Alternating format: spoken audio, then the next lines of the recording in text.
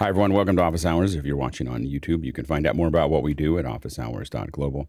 Our first hour is general discussion about anything that comes up around media and virtual production. Second hour is usually something we want to spend a little bit more time on.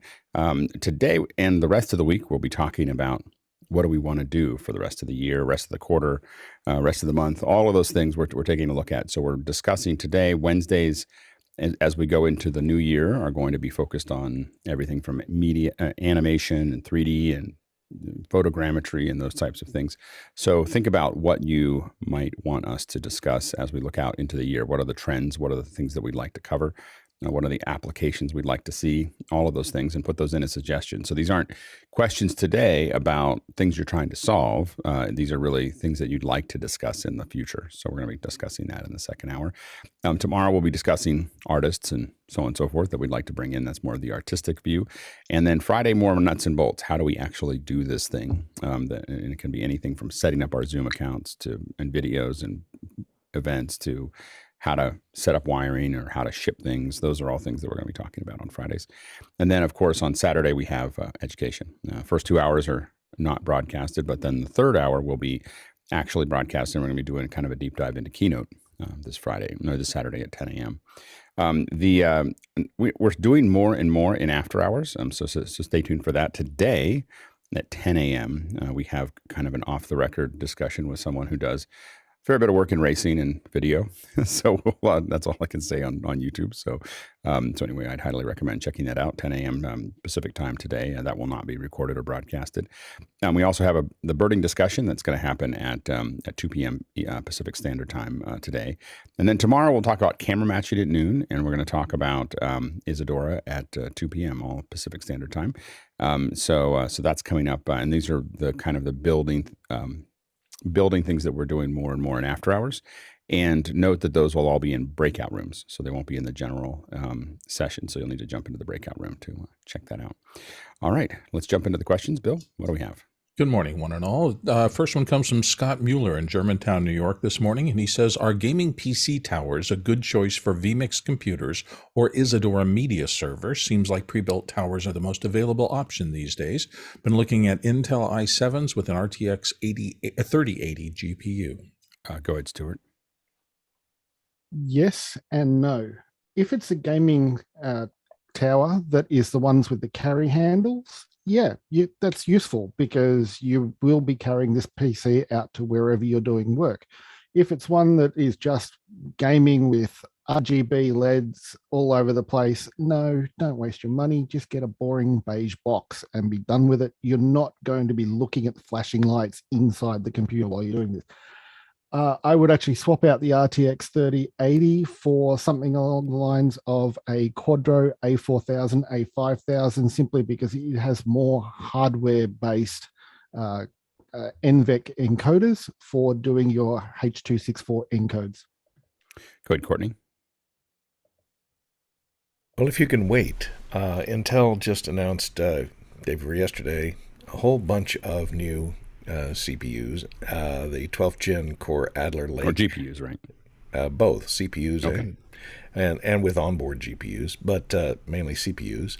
The i9 and the preliminary tests show it's even better than the Apple M1 Pros. So AnandTech has a full rundown of all the new 22 new CPUs for laptops and desktops. So you might go there and give it a look and look at some of the articles on the speed tests that they've done. It's just out in preliminary silicon.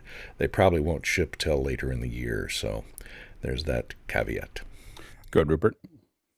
Like so many other things, it depends really. In this case, quite likely on the criticality of your workflow. Gaming computers are, going to be directed to down a consumer line of business, basically. So if you're involved in critical work, critical production, you just may want to look at the pre-built manufactured route because that will come with a, support ecosystem.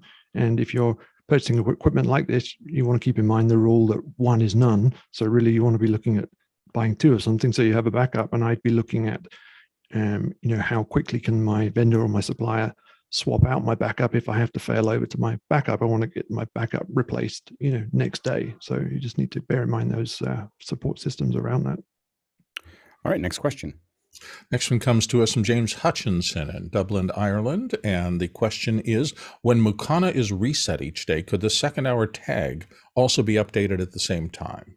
Yeah, we'll work on that. We're moving those, the when we reset and how we reset around. So we'll work on getting that reset. One of the reasons we're moving the reset to an earlier part of the day is so that people can tag those second hours ahead of time. So we hopefully will have that done in the next week or so. Next question. Guy Cochran in Seattle, Washington, and here on the panel says, is the Behringer Flow 8 in stock in the U.S. again? Go ahead, Roscoe. Yes, it is. I have mine coming from Sweetwater, and then I have also one coming over from the UK. So we'll see who gets here first. Now, Guy, do you have them in stock?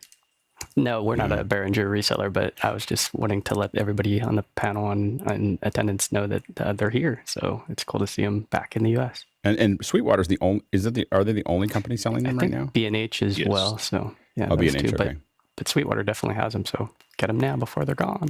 Do you know what the deal was with the Behringer? Had everyone doing reselling and then had nobody doing reselling? Yeah, we were a reseller for a long time, and then all of a sudden they just yanked the rug out from under us. I'm not sure why. I think it was a chip or something with the marketplace. Right. I'm not exactly sure. It seemed like they just shortened it all up really, really fast. Yeah. Yeah, it's very unfortunate because we used to move a lot of those. But yeah, Sweetwater gets it, and good for them. Yep. Yeah.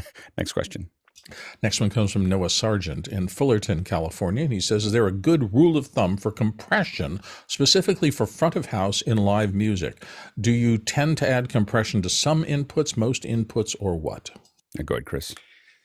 When I used to mix live music, Noah, one of the things that I would try to do is not overdo anything. I think a lot of times people, and we even see it here, where somebody starts talking in a mic check and you're like, there's something wrong with it.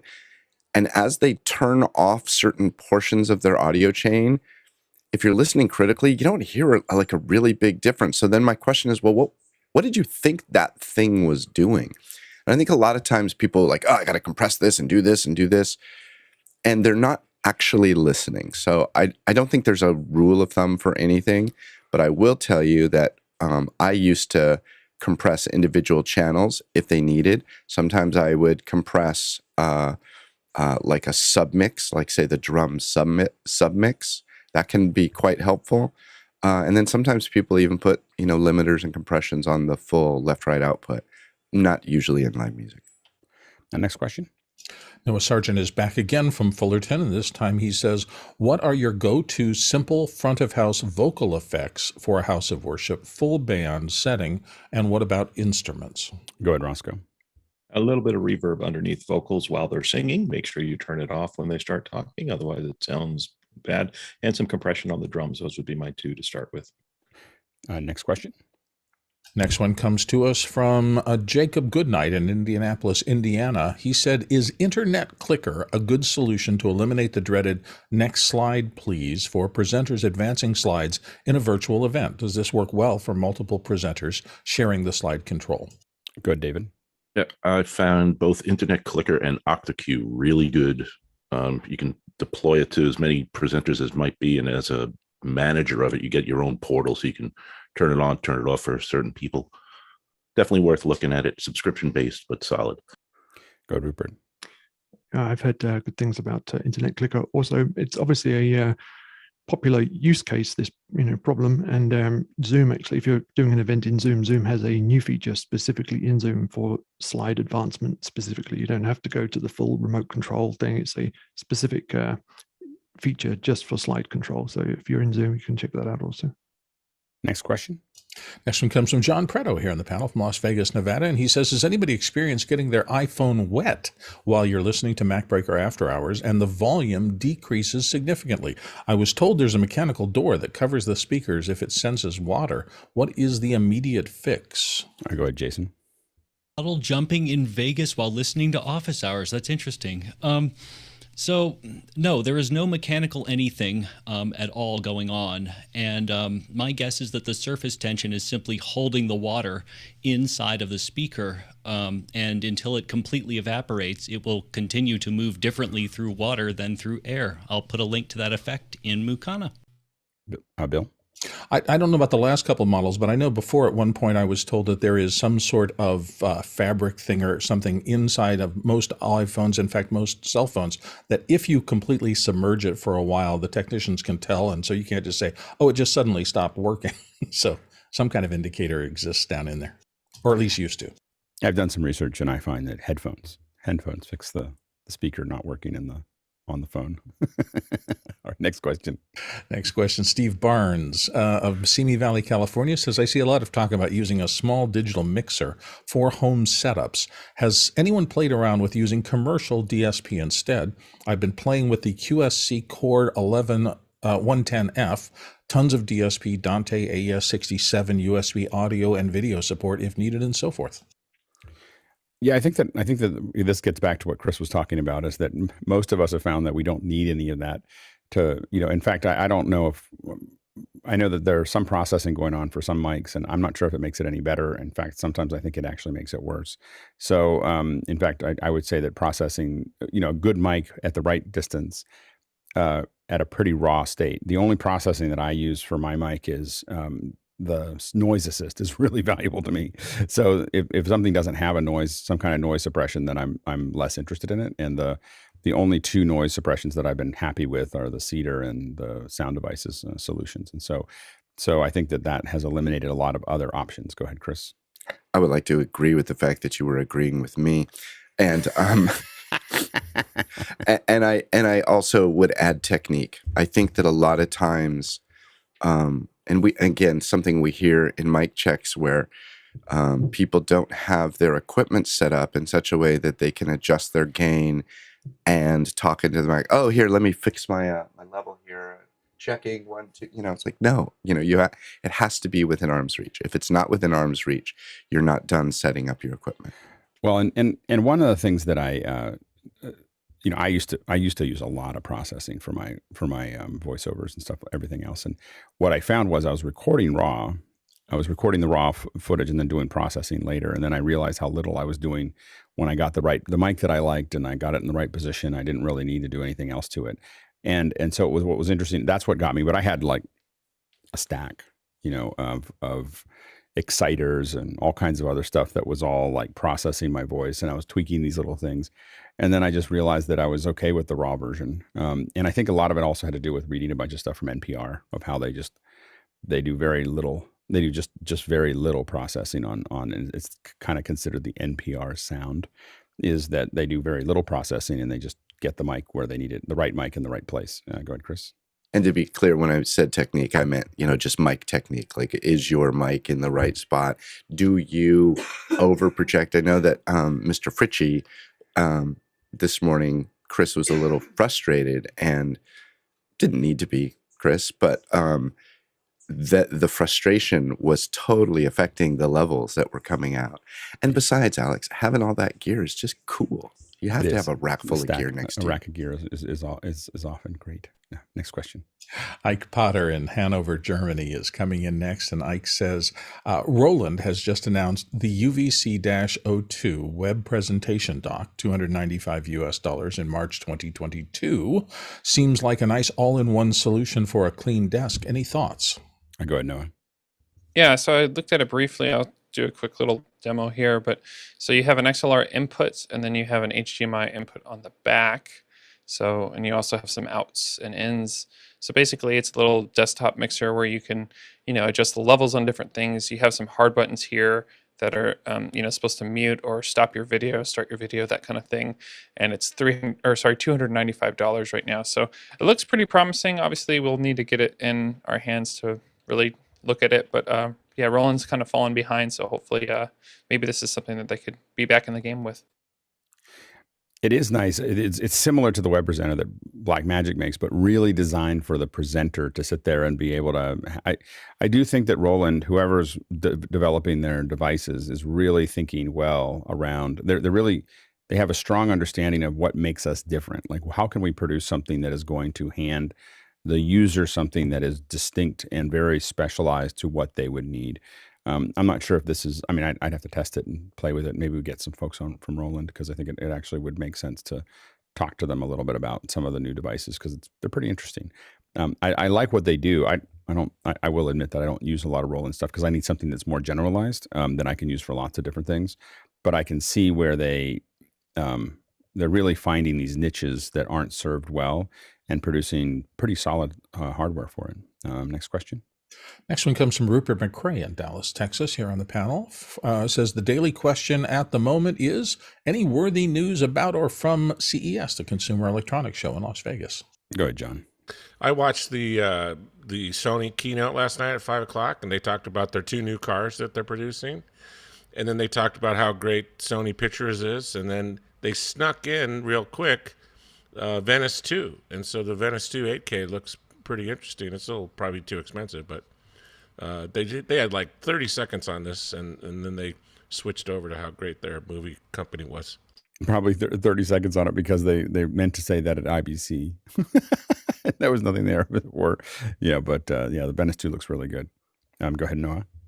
A couple of years ago, Sony talked about their prototypes for those cars. John, did they mention that they're actually going to produce them now? That's what they're saying. There's something funny about Sony doing a Sony car, but I think it's just for their movies. No, okay. The next question. Matt Cool is next from Montreal, Quebec. When I watch the show on my Samsung phone using Zoom, the volume is too loud and Zoom doesn't let me turn it down. I'm at the minimum volume and it's still too loud. Any suggestions? Courtney? Well, I'm not sure where you're turning it down with the buttons. There is a setting in your settings that goes to media there, and I'm not sure if Zoom is using the media level, so you have a separate slider for media and system. So you might try going there, and it's under sounds and vibrations and then volume. That's the way to get to that menu. And check your media volume because it may be using that as your level, and try turning that down. Next question. Juan C. Robles in Mexico is up next, and Juan says, what would be the politic for non-video participants on the labs, since now it'll be conducted on a break room? Yeah, that's going to be fine for people to have. In the labs themselves, it'll be okay for people to have their cameras off.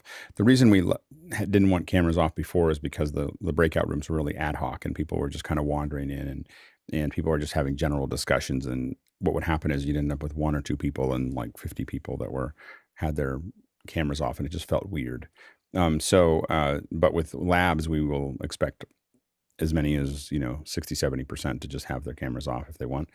So that won't be an issue as we move into the doing labs and discussions and so on and so forth in breakout rooms in after hours. Next question. Next one comes from Isaac Lay in Dayton, Ohio, and Isaac says, could we have the renewed Vision, the makers of ProPresenter, Pro Video Player and Pro Video Player and ProPresenter Scoreboard, on for a second hour? They recently finished and installed the set of entertainment tonight, and it's incredible. Yeah. If someone has a contact there, or and I can reach out to them as well. But I'd be happy to have those guys on and talk about ProPresenter. It's good. It's a very good tool. Next question. Michael Weber is in Foxborough, Massachusetts, and sends this in. I'm working to support a remote graphics operator for sports. I'd like to incorporate a Stream Deck. What's the best method for attaching the remote Stream Deck as a virtual USB device? I was looking at Virtual Here USB client. Go ahead, Rupert.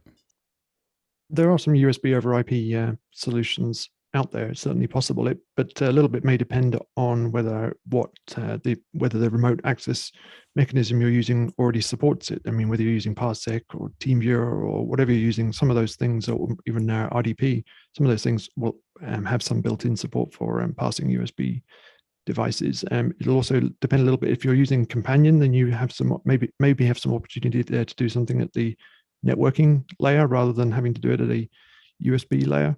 I know that Stream Deck or Elgato are interested in how they can help the world of production, and I'm working on a conversation there, so maybe we can connect offline and talk about it a little more. Yeah, they're the ones that we've used in the past that have been the most successful, and I just don't have it off the top of my head. I was trying to find it. Is hardware devices that are IP controlled that will pair together over the internet. So they pair themselves together, and I just can't think of the name at the moment. But we've used them where there's a USB, but it's not using any computer or anything else that could possibly do it. It's a little piece of hardware on both ends. They pair together, and then they just send information between the two of them, and it looks like USB on the input, and it looks like USB on the output, and it's just going over the open internet. But it's like a tunneling system that I'll try to find it and put it somewhere. I just can't. I haven't used it for 5 years, but I know we used it a lot for a little while. Next question. Next one comes to us from Andre Dalla in Berlin, and Andre says, "What are the panel's experiences with the virtual event platform Scoocs? It's SCOOCS. Any pros and cons? It's on sale till January 31st," and he's got a link there. Go ahead, Rupert. I don't have a good answer. I mean, over the past 2 years, I think we've all probably used or been exposed to 100 different virtual event platforms. If this was one that I've used, it wasn't a memorable one. Yeah, I mean, I think that there's a big attempt to try to solve everybody's problems with a virtual event platform.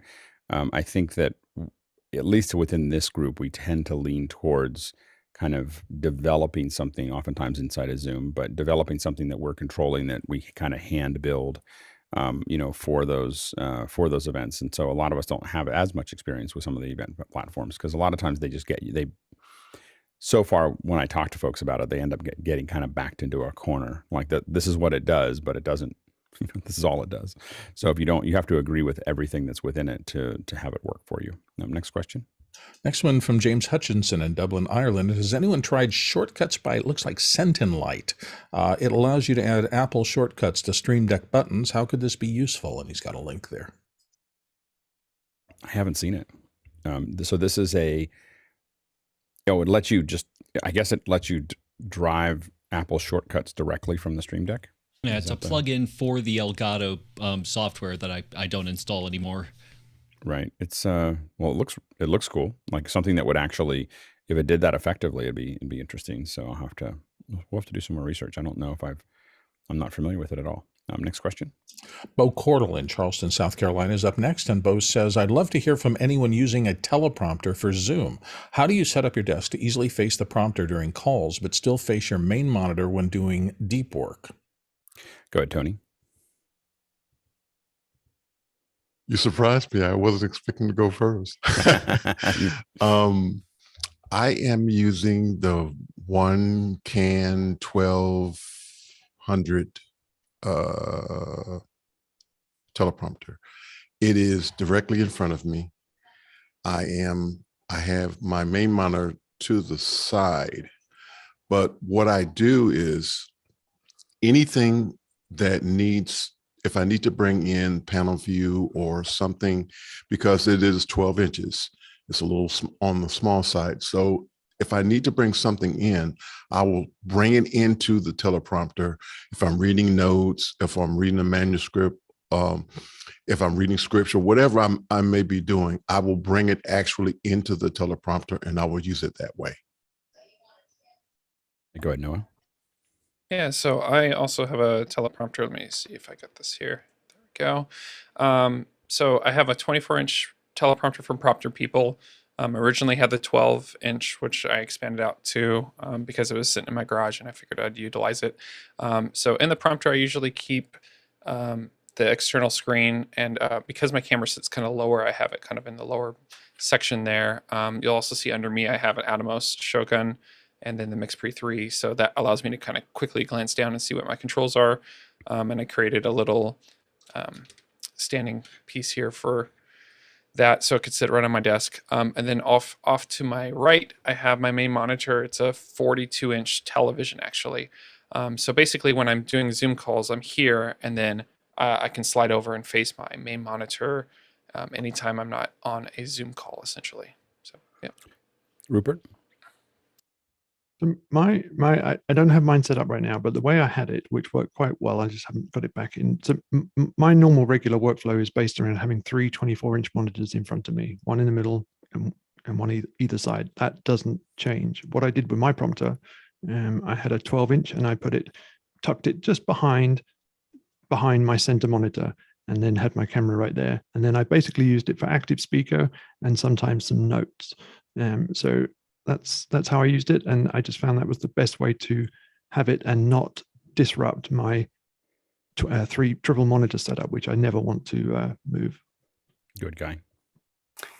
Yeah, I have mine off to the side, and I know that Bo bought the same Triad Orbit stand, so my regular desk is here with my monitor, and I'm able to do my deep work here, but then in show mode, I turn to the side or if I'm in a meeting, and then the way that I do it is I have, on the Stream Deck, I have all the buttons programmed that I need as far as active speaker, gallery, mute, and then I'll drag over any notes if I'm in a meeting and there's topics that we need to make sure we hit, then I'll drag the notes off to the side, or even in show, sometimes if there's a question coming up, I'll put a couple notes that I want to make sure that I hit. So that's the way I use it, is off to the side, but it's a duplicate of my monitor here. So it's a second display, and it gets flipped with a Decibetter MD-HX.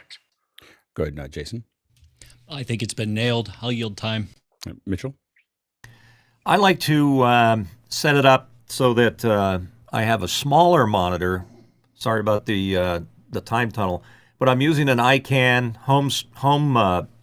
They call it a home stream, if you can see it there. And it slides on the front of the lens on the camera that I have in the center between two monitors.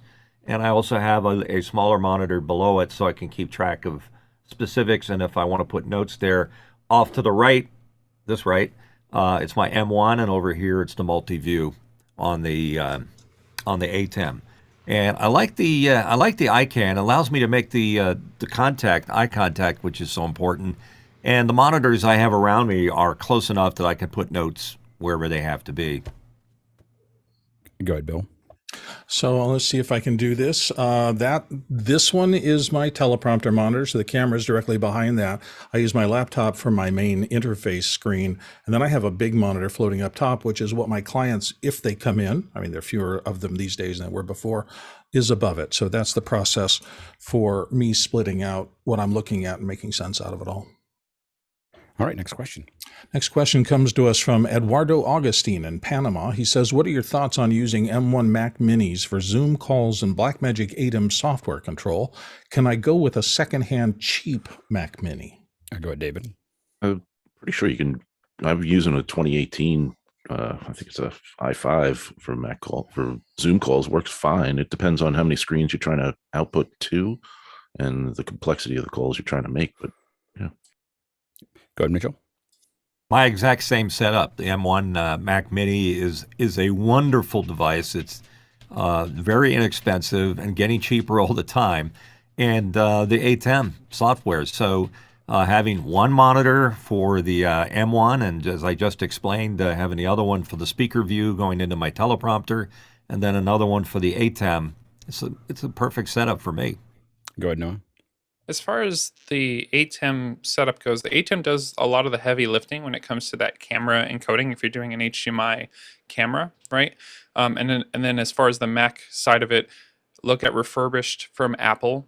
They can sell discounted Mac, but you don't necessarily need an M1 to run Zoom because the processing power is fairly low on a computer.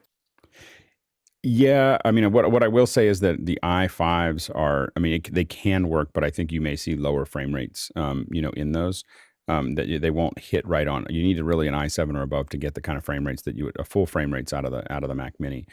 So that would be the thing that you would want to do, and I think that it would be probably less expensive and more predictable to even get a 8 gig M1 Mac Mini, which we have bought, I don't know, 10 or 15 of for Zoom specifically. And those are just 8 gigs. They're nothing special. They're the cheapest ones we can get, and they do a super good job. And those are the ones that are pushing out right now. Those are the ones that I have that are pushing 4 outputs each out into the Office Hours 2.0 setup. And they're like at 20% capacity, doing four 1080p streams. Next question.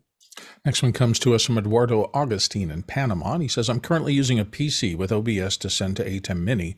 Not sure if it's the most efficient way. Atem Media Player is for stills. What would be the best approach to play animated lower thirds with the Atem Mini? The thing, there's a lot of ways to do that. so it depends on what else you're using there. So you can have, if you have OBS, of course, you can probably put them right into OBS as far as the lower thirds go. That might be the easiest way to do it. Go ahead, Jason. I would say here to records broadcast graphics with a Duo 2. That's the cleanest way. I generally do not like OBS. Yeah, and so the here to record will give you stuff that's pretty well pre-built. You could also look at things like the Playout B is another way to do that, where you can load them in with either a Luma key or a Chroma key. Thing to know about Chroma keying, so if you put your lower thirds over green, you're actually getting half the resolution of the color. And so on any, especially things that have an angle, so if you have a lower third that animates out and has an angle at the end, you'll see stair stepping going down that, because you're literally keying half resolution and then scaling it up. So you may find it easier to do Luma keying to do that. So, but having like a little Raspberry Pi with those setups could work really, really nicely for what you're doing. Next question. Next one comes from Tony Mobley in Noonan, Georgia, our friend here on the panel. Can please share copyright-free music sites for streaming houses of worship? Go ahead, Roscoe.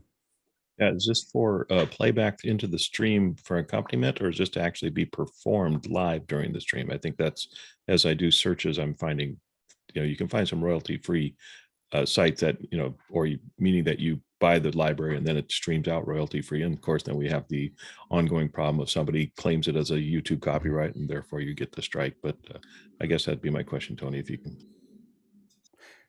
It's music for worship, to celebrate worship.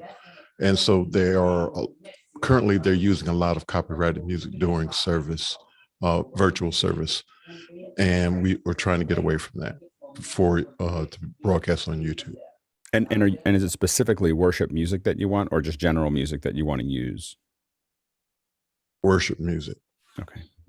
That sounds like a great business model. So for somebody, it's just because there's most of that, the core content is past copyright, but it is, somebody could just do what Epidemic Sound is doing. And, but for worship, that's a good business. Go ahead, David. Yeah, that's going to be tricky. The algorithms will get you every time. My Sunday place, we chant ancient sutras, which I think were written before copyright or anything. And just last week got a strike claim against one of them. Oh, wow. Yeah. Go ahead, Sky. Yes, Tony, I believe there are services that do provide this resource, and it is usually on a subscription basis, similar to the graphics that you can purchase in that for that purpose.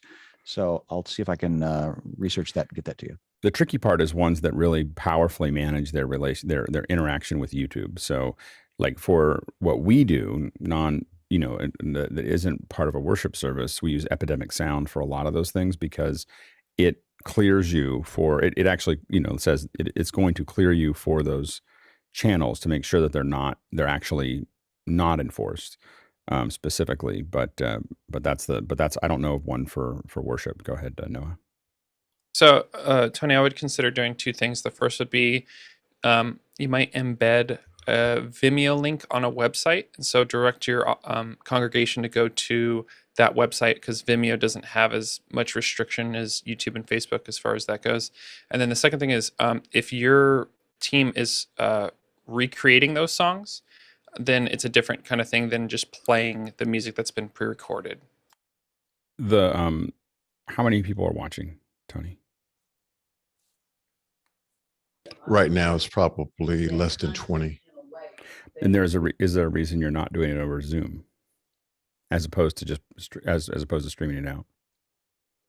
We are doing it over Zoom. We've been doing it over Zoom for the last year, and now they want to do it on YouTube. One of the interesting things that came up last night is they're wanting to see if it's possible to start the service on Zoom as normal, and then at the point in time when before the sermon, start YouTube at that point in time,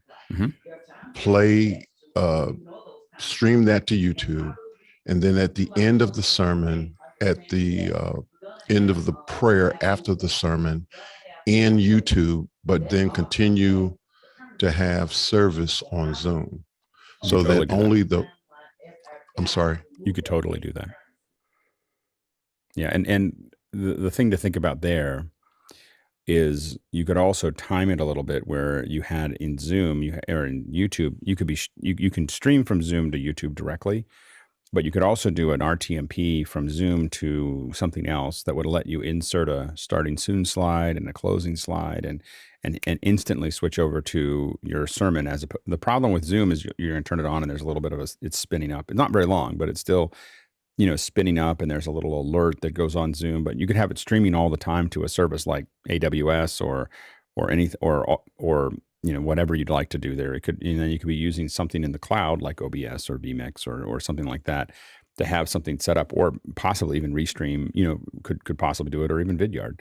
And so you could have stills or whatever that you want up there, pass it up there to whatever that is, and then send it out. Like, that would give you more instantaneous control over that output than just hitting the mechanism of hitting it in Zoom would be a little cumbersome in the middle of a show for me. Like, it's like as an event producer, I wouldn't want to do that. I wouldn't want to have something happening in front of everybody while I'm doing it. I'd want for the Zoom participants to have a seamless experience, and then have something very cleanly going out to YouTube and then coming back out. And then you can always trim head and tail in YouTube. So if you had those starting soon, or thank you for watching, or whatever, you can always cut those out relatively easily in YouTube afterwards. So that might work. Yeah, go ahead, David. Yeah, if you were to stream it to YouTube, for instance, you could just set YouTube up so it doesn't automatically start. It'll be a manual push to go live. Stream the whole thing there. In the middle of service, when you're getting ready to switch, just insert that thing right in Zoom, and you'll have that 20-second latency, and then be able to fire off. The hard part with doing with YouTube is, even then, it has like this startup sequence that is like a little bit of it's kludgy, So if you just had it start up at the beginning of the show with starting at a rough time or whatever, now if you just had something in between, you'd be able to just hit a button and it would just switch over. So anybody watching would be, because then the problem you have when you start a YouTube event is that the notifications go out of YouTube over 3 to 5 minutes. And so it's spooling up. So you have a lot of people that are missing it. Whereas if you started 5 minutes before, roughly 5 or 10 minutes before, people are spooling in, seeing a starting soon kind of thing. And then you're hitting go. It's just a way to build a nicer user experience that feels more like a show and less like something we threw on YouTube. Like that's the thing. Next question. Next one comes again from Tony Mobley in Noonan, Georgia. And this time he says, I had a bit of failure during conversations with Tony Mobley last Wednesday. And in preparation for tonight, going to reset all the devices several hours before the show. Are there any other suggestions that people might have? Go ahead, Tony. So in the middle of my great conversation with Benjamin last Wednesday night, my screen went black. And then what caused it? I'm not sure. The consensus was that it may have been something running in the background, and I hadn't done a restart on the computer since Sunday. And so one of the things was that it may have been a Discord update that was running in the background. We really did not find out what specifically was the actual issue. We looked at the logs on the M1, but there was some type of failure on the M1, and for whatever reason, it just brought down Video Ninja on my particular machine. And so we just went through the different things, but there was something that failed, and we have not been able to replicate it again. So my solution at this point is to reset everything several hours before the show tonight and make sure that everything is up to date as much as possible. And I just wanted to know if there were any other suggestions. All right, go ahead, David. The only thing I'd suggest, Tony, is to set up a separate profile for your contribution machine. I don't know if you have multiple computers and you're using No, I only have one. Okay, so it's going to be tricky to kind of separate all of the components that you have or need. If you can set up a separate profile, that's one way to approach it. The other one would be, as we said, restart everything and just fire off a test stream straight into YouTube or something to make sure that all things are working as best you can prior to the show. Would be the best suggestion I have. Good, Roscoe. I agree with the separate profile is probably the best way. Otherwise, you can actually you can't do this really right before the show, but go through Activity Monitor, start killing stuff and see what you don't need for the show. And you might find out that you'll have a lot cleaner run. Go ahead, Bill. So we're talking about the hardware. I also think there's a human element to this, which is planning for a crash with a contributor who is hosting a show. Who is there somebody somewhere who can take over that job for just a short period of time until someone can come back? I happened to be watching the show last night and enjoyed it tremendously. Benjamin was fabulous, and Benjamin did a great job of continuing to be able to read the questions, and he was announcing the questions before he kept going until Tony came back. So in that respect, he did that job. But I think it makes sense if you have a team behind the scenes to have somebody there with a microphone and at least the basic ability to jump in and read a question and keep the back and forth flow going in case you lose the key player. And that's actually one of the Aaron did do that. Aaron did do that, but because he wasn't on camera, they decided to just go ahead and end the show. Yeah, he wasn't on mic either because I couldn't hear him. I was watching the show and there would be a significant pause, and then Benjamin would do his part. So there was nobody with a mic who was taking over that reader, or maybe he was. It just wasn't patched through correctly. So, and this is why in many shows that we do, like we do here, the one pattern that I have is I have a question asker. So and a lot of times what we call them is the social desk for shows that I do. So who is the social desk? So what I would do is set up a responsibility where you're asking your questions and you're asking things that set up, and you're doing exactly the pattern that I do, which is, Bill, what do we have next? And so in this case, you might say, whoever is that person they're introduced as the person that's going to be bringing questions in, and they read the question. You're throwing it to them. They're asking the questions, for the person that are coming in. And what it does is it creates a nice change in the mode for the listener, that you're the host and they're bringing, their voice is the voice of the online audience. Your voice is the voice as the host. And so obviously, we've set it up this way here because I've done it so many times in so many other places. That's a natural thing. It does two things. One is, as a host, it lets you listen to the conversation and interject things all the time, add things to the question, add another question on the end of it, do a bunch of things, and it gives you the freedom to kind of sit here and kind of play with it. In most radio shows, we have producers, that are managing all those questions that are coming through. So that person acts as a producer and is moving the questions around, looking at them, reading ahead of time, doing all the things. Takes an enormous amount of pressure off of the host. The other thing that it does is it gives you a backup. This is not someone that jumps in from nowhere that the audience has never seen before. This is someone that they know as that person. If you drop out, they're immediately they just start taking over the show. So they'll just keep running the show, and then you can come back to it. So.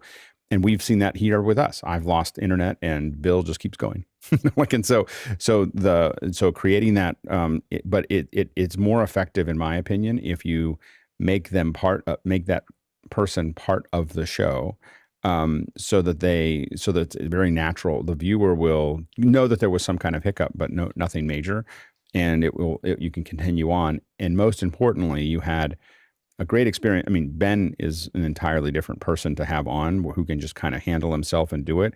Imagine if you had some of your other guests on that don't know how to do this, and they're suddenly left in the open in front of a lot of people. It's not a great experience for them, And so I think having a redundant, especially given how aggressive we are about doing what we're doing, I think having some redundancy in that plan could really help. And I think beyond the technical, having a person there that's really the person who people are socialized into knowing that that's the person asking the social questions. And then again, you're able to listen.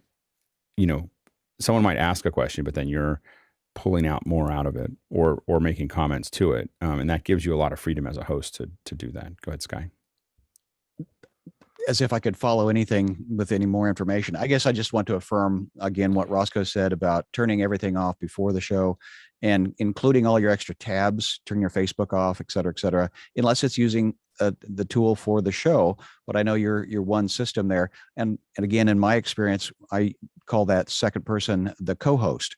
And as to Alex's point, it's introduced to the audience as somebody else that's a part of the experience that's happening.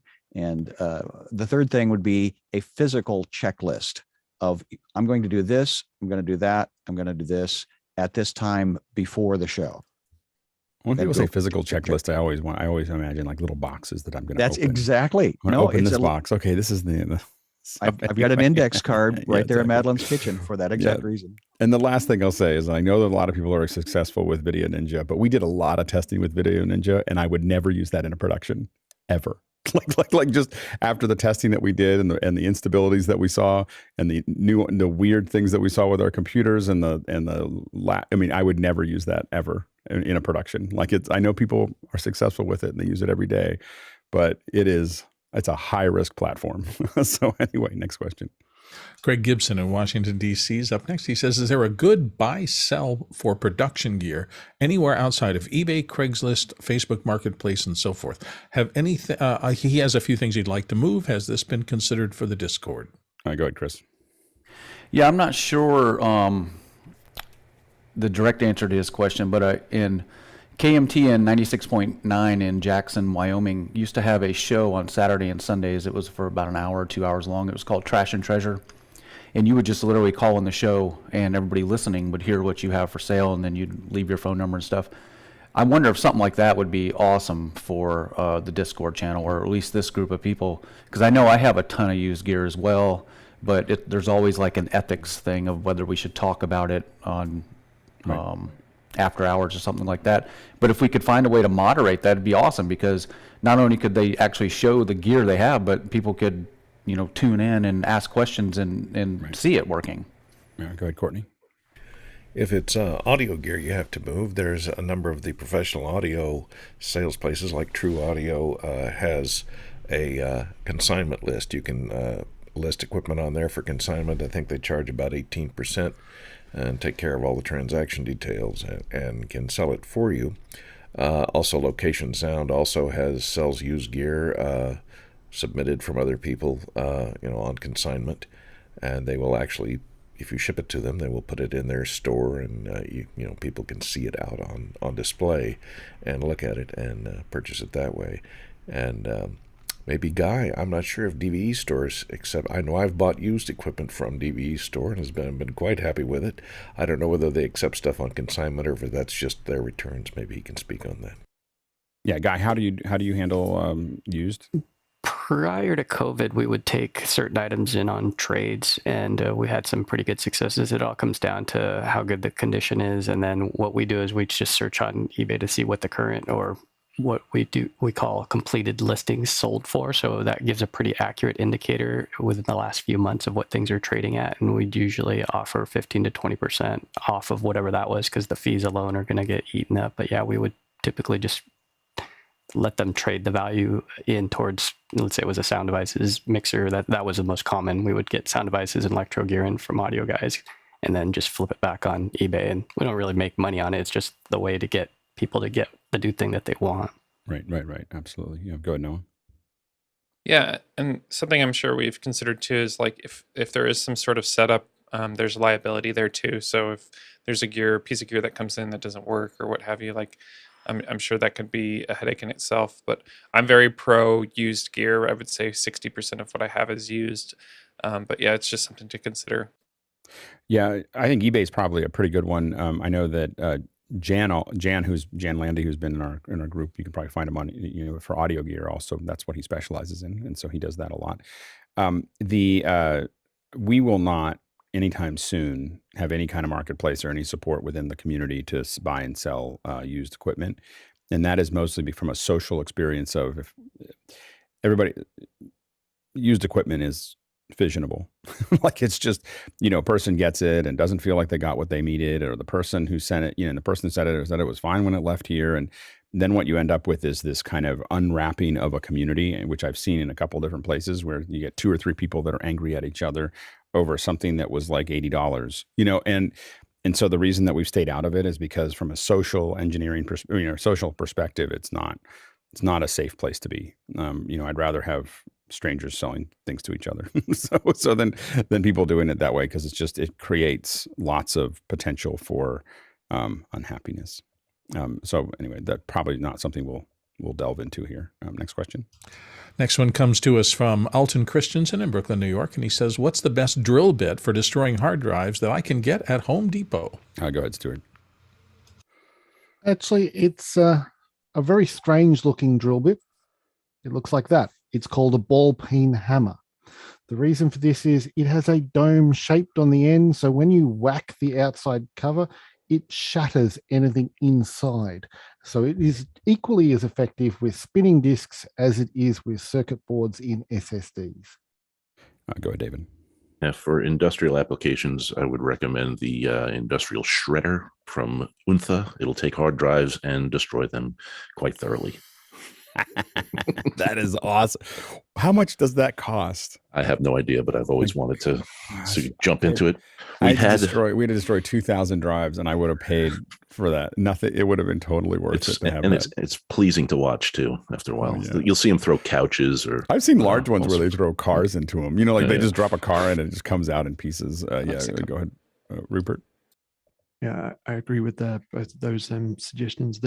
My preferred approach is a hard drive on a concrete surface, and then at least 3 blows with a big hammer, just like's been said already. But in terms of the best drill bit from Home Depot, appears to be the Hilti 11-inch carbide tip chisel at $379.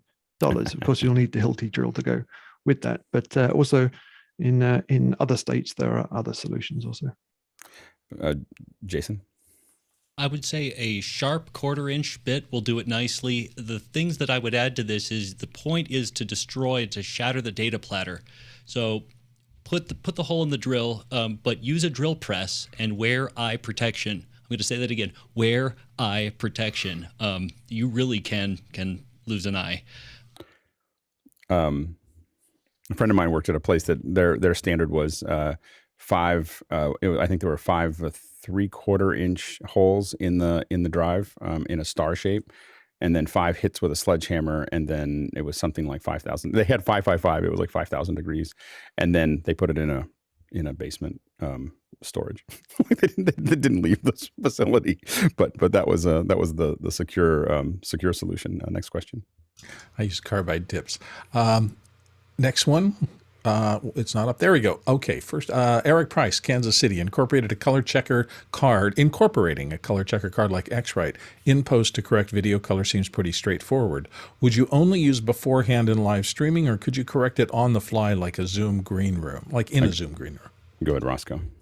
The workflow really is to generate LUTs. And so I wouldn't think of it as a live streaming color correction tool. 2 reasons. There's really not a vector scope in the background that you can actually line stuff up to with those charts. That's not just, there might be one in development, but not one that I know of. But first of all, to generate a LUT is you need to see it, you need to bring it into a place where you can match the card up, then generate the LUT and push that back to the camera. And then, there are a lot of feature controls in Blackmagic Designs and other camera control units that allow you to do the shading. And at that point in time, I think you're worried about flesh tones, not really about the overall look. Yeah, the high-end version of the X-Rite is this here. This is a what's called a Chroma Demand chart from DSC Labs. And what makes it useful is that in these colors actually draw a pattern. It actually draws through the vector scope. So if you open up a vector scope and you look at this, you'll actually see the pattern going through it. Now, this also happens to be one that matches one of the LUT settings for Resolve. This is a 24R piece. And so this will let you do that. And then it also has a kind of a hole in the back that you can pull out. And this creates a true black right there. So this is kind of the one that when it matters, this is the one I use. It's expensive. So it is I don't know, it's really expensive, like $1,000 or something like that. So the bigger ones that we use are like $1,700. This one is $800 or $1,000 each.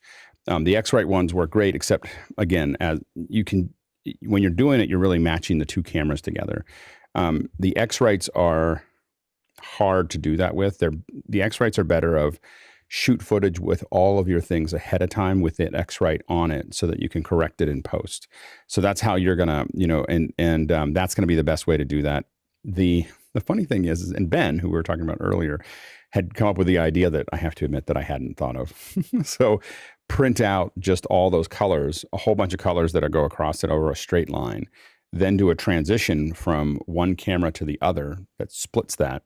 down, and then you'll see all the color changes, all the differences between them, and you can just sit there and tweak one camera to match the other one. And you could do that also with if you had recorded that with a known setting, you can push that into a compositing, live compositing, and just do that really quickly. And you could literally use something like the free version of Isadora and just do a wipe to do that and analyze it there. So those are a couple different ways to analyze that. And if you bring that up in one of our labs, not this week, but maybe next week, I can show you a little bit. I think we could do it in Isadora relatively easily to do some pretty interesting ways of. My mind is going to a place that it would be really. I think we could do a lot of fun, have a lot of fun with that. So let's think about that. Go ahead, Roscoe. Yeah, you also mentioned through a Zoom green room, and so I guess my question would be: Zoom would mess with the signal enough to where it'd be a little more difficult to match up to anything, wouldn't it? Yeah, I mean, when you're putting through a Zoom green room, you still could do it because you would capture what you thought was good going through the Zoom green room, and then pull the new one in, and then composite it, and then it would work. Generally, we're not using those X-Rights when we're going through Zoom. We're just making everybody look good because they're not we don't have to have anything match. The biggest thing you'll do is if you look at the scopes that we use, what you want to see is you'll see that there's in the vector scope, there's one line that kind of goes at a slight angle.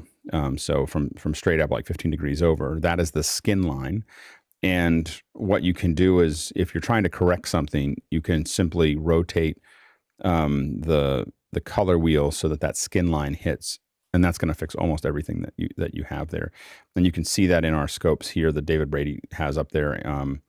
And I think that the DVE store has. You'll see like a little skin line. And I think most of ours are sitting right on that line. And that's the thing you're going to try to aim for. Next question. Next one comes from Scott Mueller in Germantown, New York. He says, how does the panel feel about overclocking video cards to get better performance on vMix? Good or bad idea? Stuart? So vMix is a PC-based system, and you want the PC to be as stable as possible. So I say this with all due respect, don't do it. Oh, there you go. Go ahead, Rupert. I basically agree with Stuart. I mean, it depends on your workflow and your application. If you're at an enthusiast level, wanting to explore the technology at a hobbyist level, then fine, just play with it. But if it's, if you're in paid production in critical projects, then you want to bear some other things in mind. Next question. Wouter Koldwin, looks like in Bruchhagen, Germany. What's the best prompter with also NDI function? He means a prompter with NDI video in the background so you can read and see the video feed. Go ahead, Noah.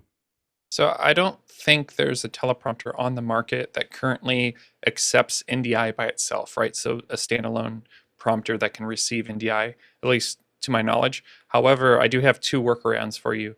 The first would be with an Atem Mini. So you would take two different signals in. One would be a teleprompter scripting, right? And then the second one would be that video feed. And then you could basically dissolve partway through between those two. And then that way you can kind of see both images at once. From your question, I'm getting that's your goal, is to see both the teleprompter script and the video at the same time.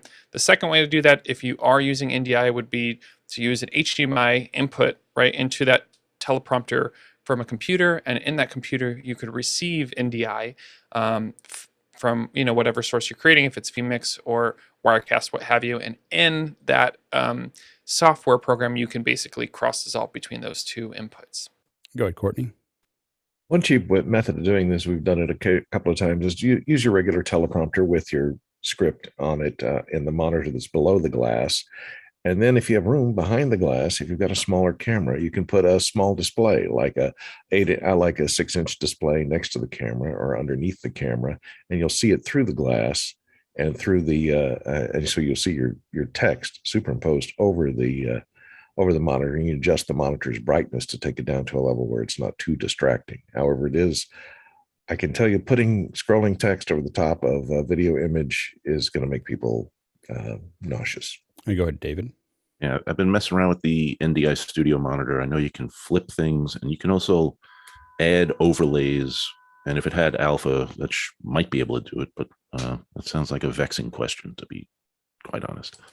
Next, we're going to go just a little over. Next question. Jens Olson in Sandpoint, Idaho gets the next one. What camera would you recommend in the $1,500 to $2,000 range for a small business to buy for customer testimonials and training resources on their website and maybe the occasional webinar? Go ahead, Stuart. Use a phone. I gotta be blunt. And I say that as a cinematographer. For that use a phone. Everybody's got one. You'll be able to get the work done quicker. Go ahead, Noah. So obviously you have the body itself and the lens is separate. I don't know if you can necessarily get both of those under your budget. I would definitely look at used, but specifically the Blackmagic Pocket 4K is a great one. And if you don't mind going back a few years, I still am on the Sony FS5, which you can get for about that price. Yeah, I wouldn't. I personally would not do customer testimonials with anything less than a Super 35. It's kind of what it makes them feel bigger, makes them look better. I think that the only challenge with a phone is really there's you'll have a hard time charging for it. Like the thing is that there is a level of, you have to have a camera that looks like what they expect to be a camera. And so coming with something that may actually work, but not be something the client will look at like that, I could do that, and so I think that I think that if you could stretch that budget, I would get a used 6K. And the reason for that is that's going to give you that Super 35 sensor, that nice short depth of field. You can do something like a Sigma 24-70 is going to get you. I mean, obviously you can go crazy with lenses. I do.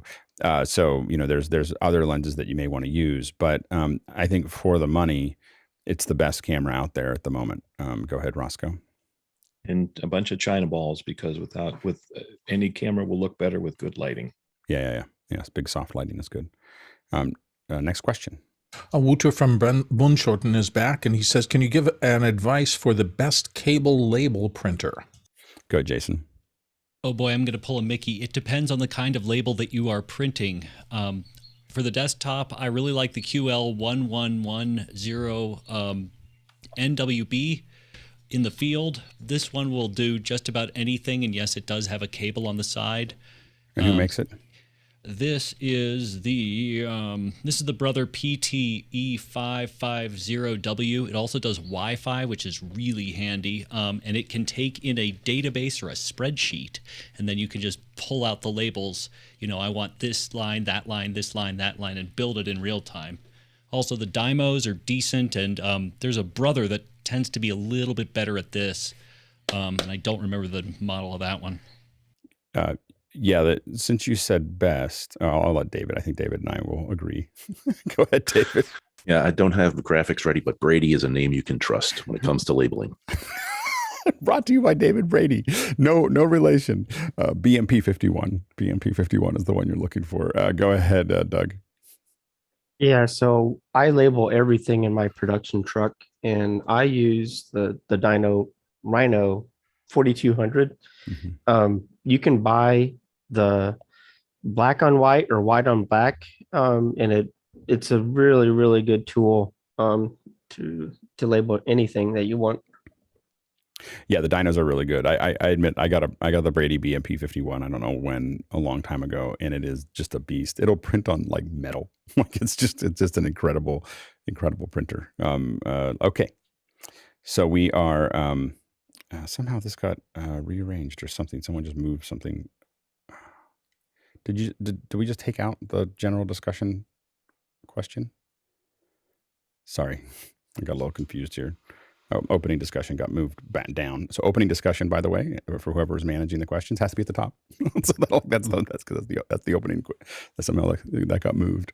All right. We're now changing subjects and talking a little bit to generally what we're looking at in the future. So, by the way, for our panelists, if you want to talk to that, there is an opening discussion question that you can raise your hand for, and then we'll throw it to you there.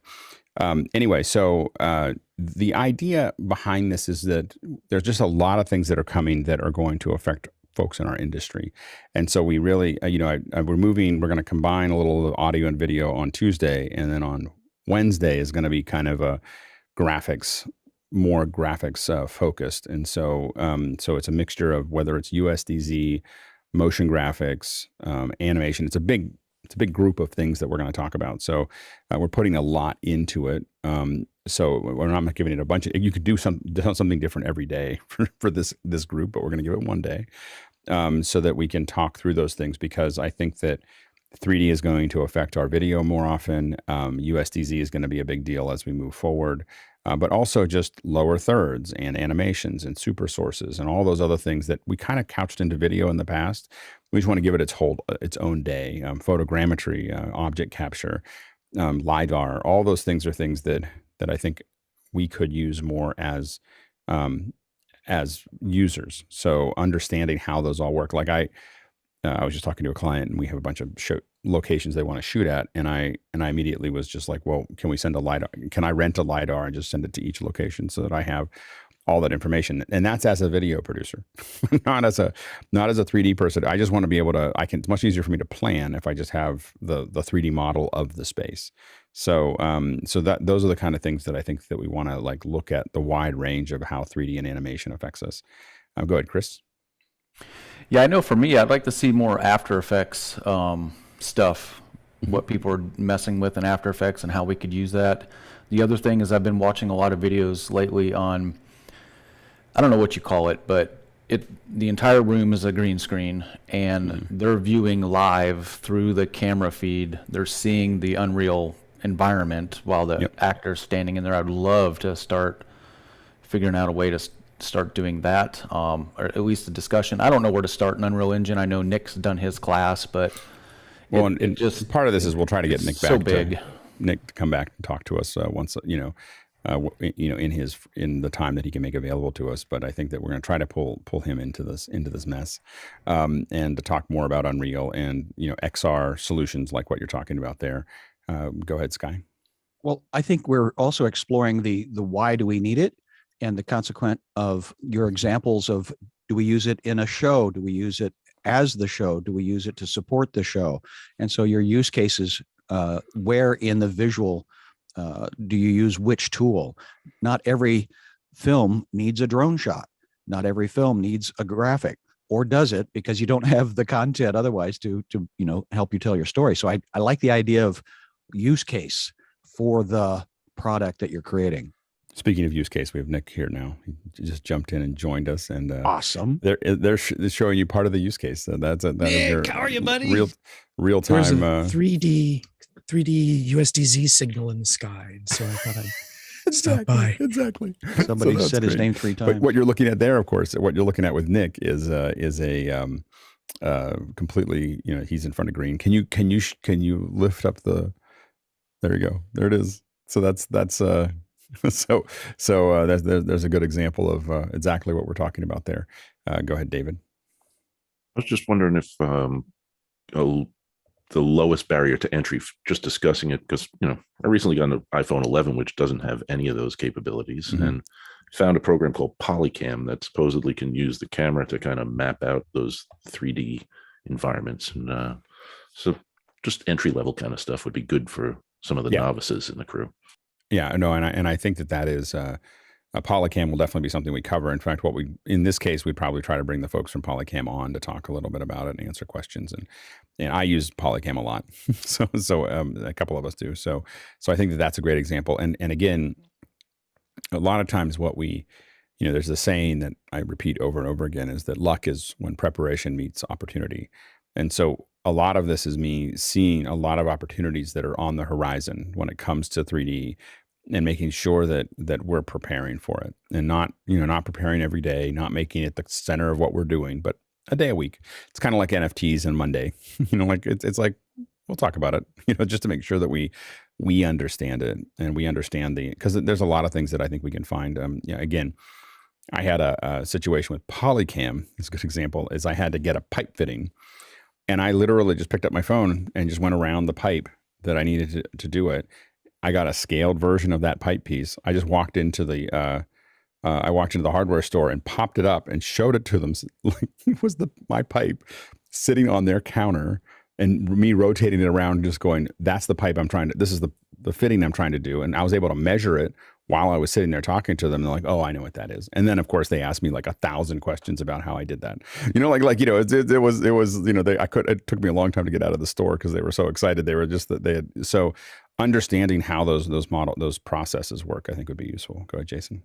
Yeah, +1 on Polycam. I think it was as early as a year ago. I was working in a warehouse.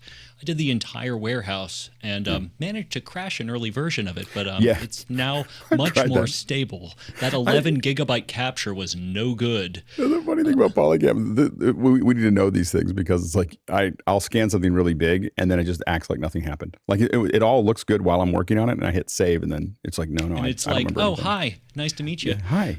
So anyway, understanding what those things are and getting folks in our group to experiment with those, and it's not just that; it's understanding, where we can use, as a person who knows 3D, there's a lot of things that I can do that most other people in my industry can't.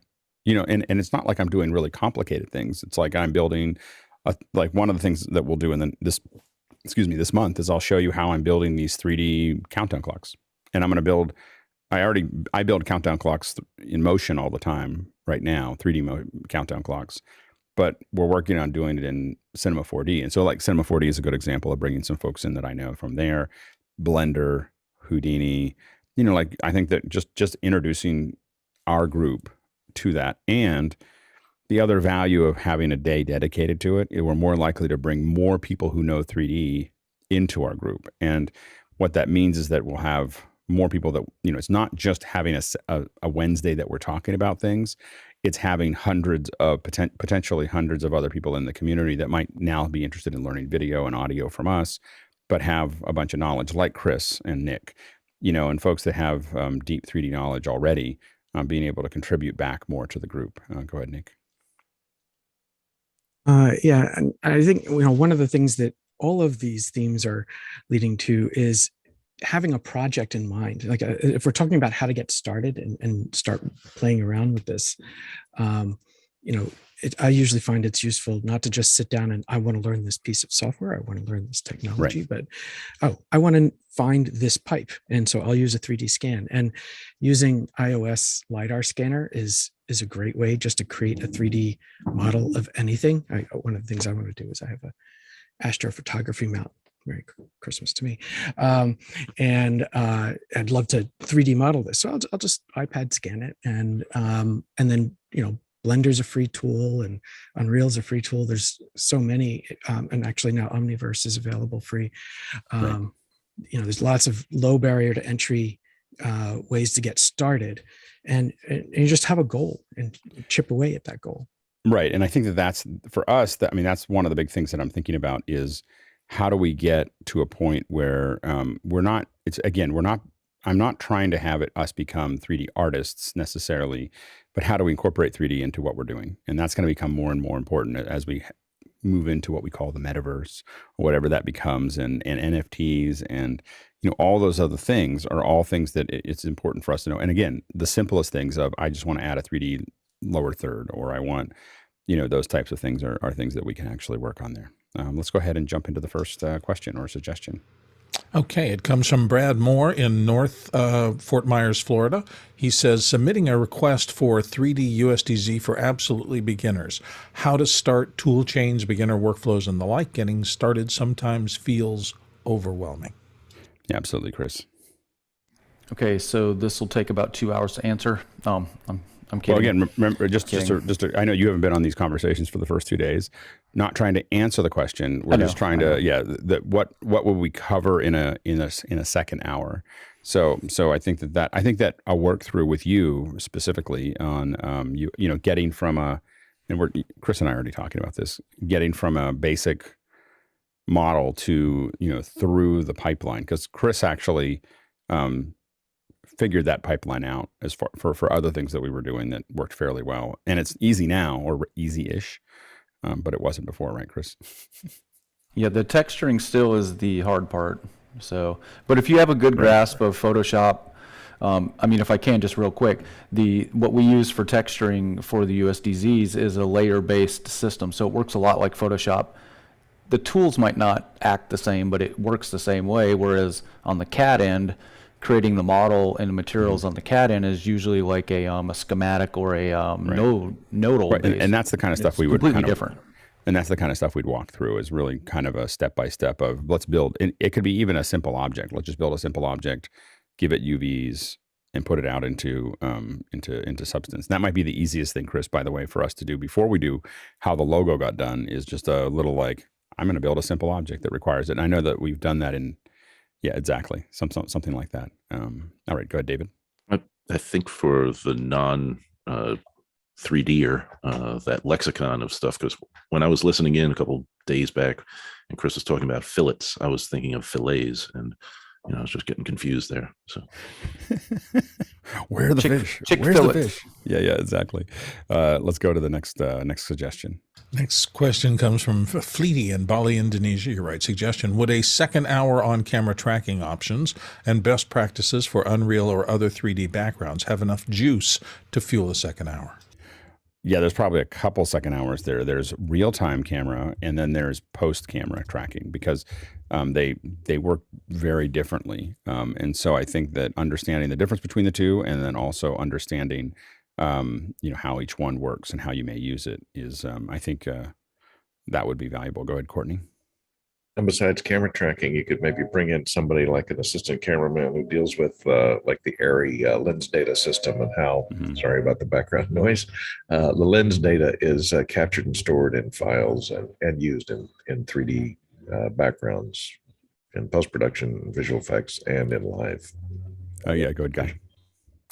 Yeah, I'd love to see Matt Workman, as well as the gentleman that we had from FX Home, to come in, if we can get them, and see how we can do things on the high end, on the low end, and just what gear is needed and what's used at the low end and medium end, and then maybe, if we can, the highest end.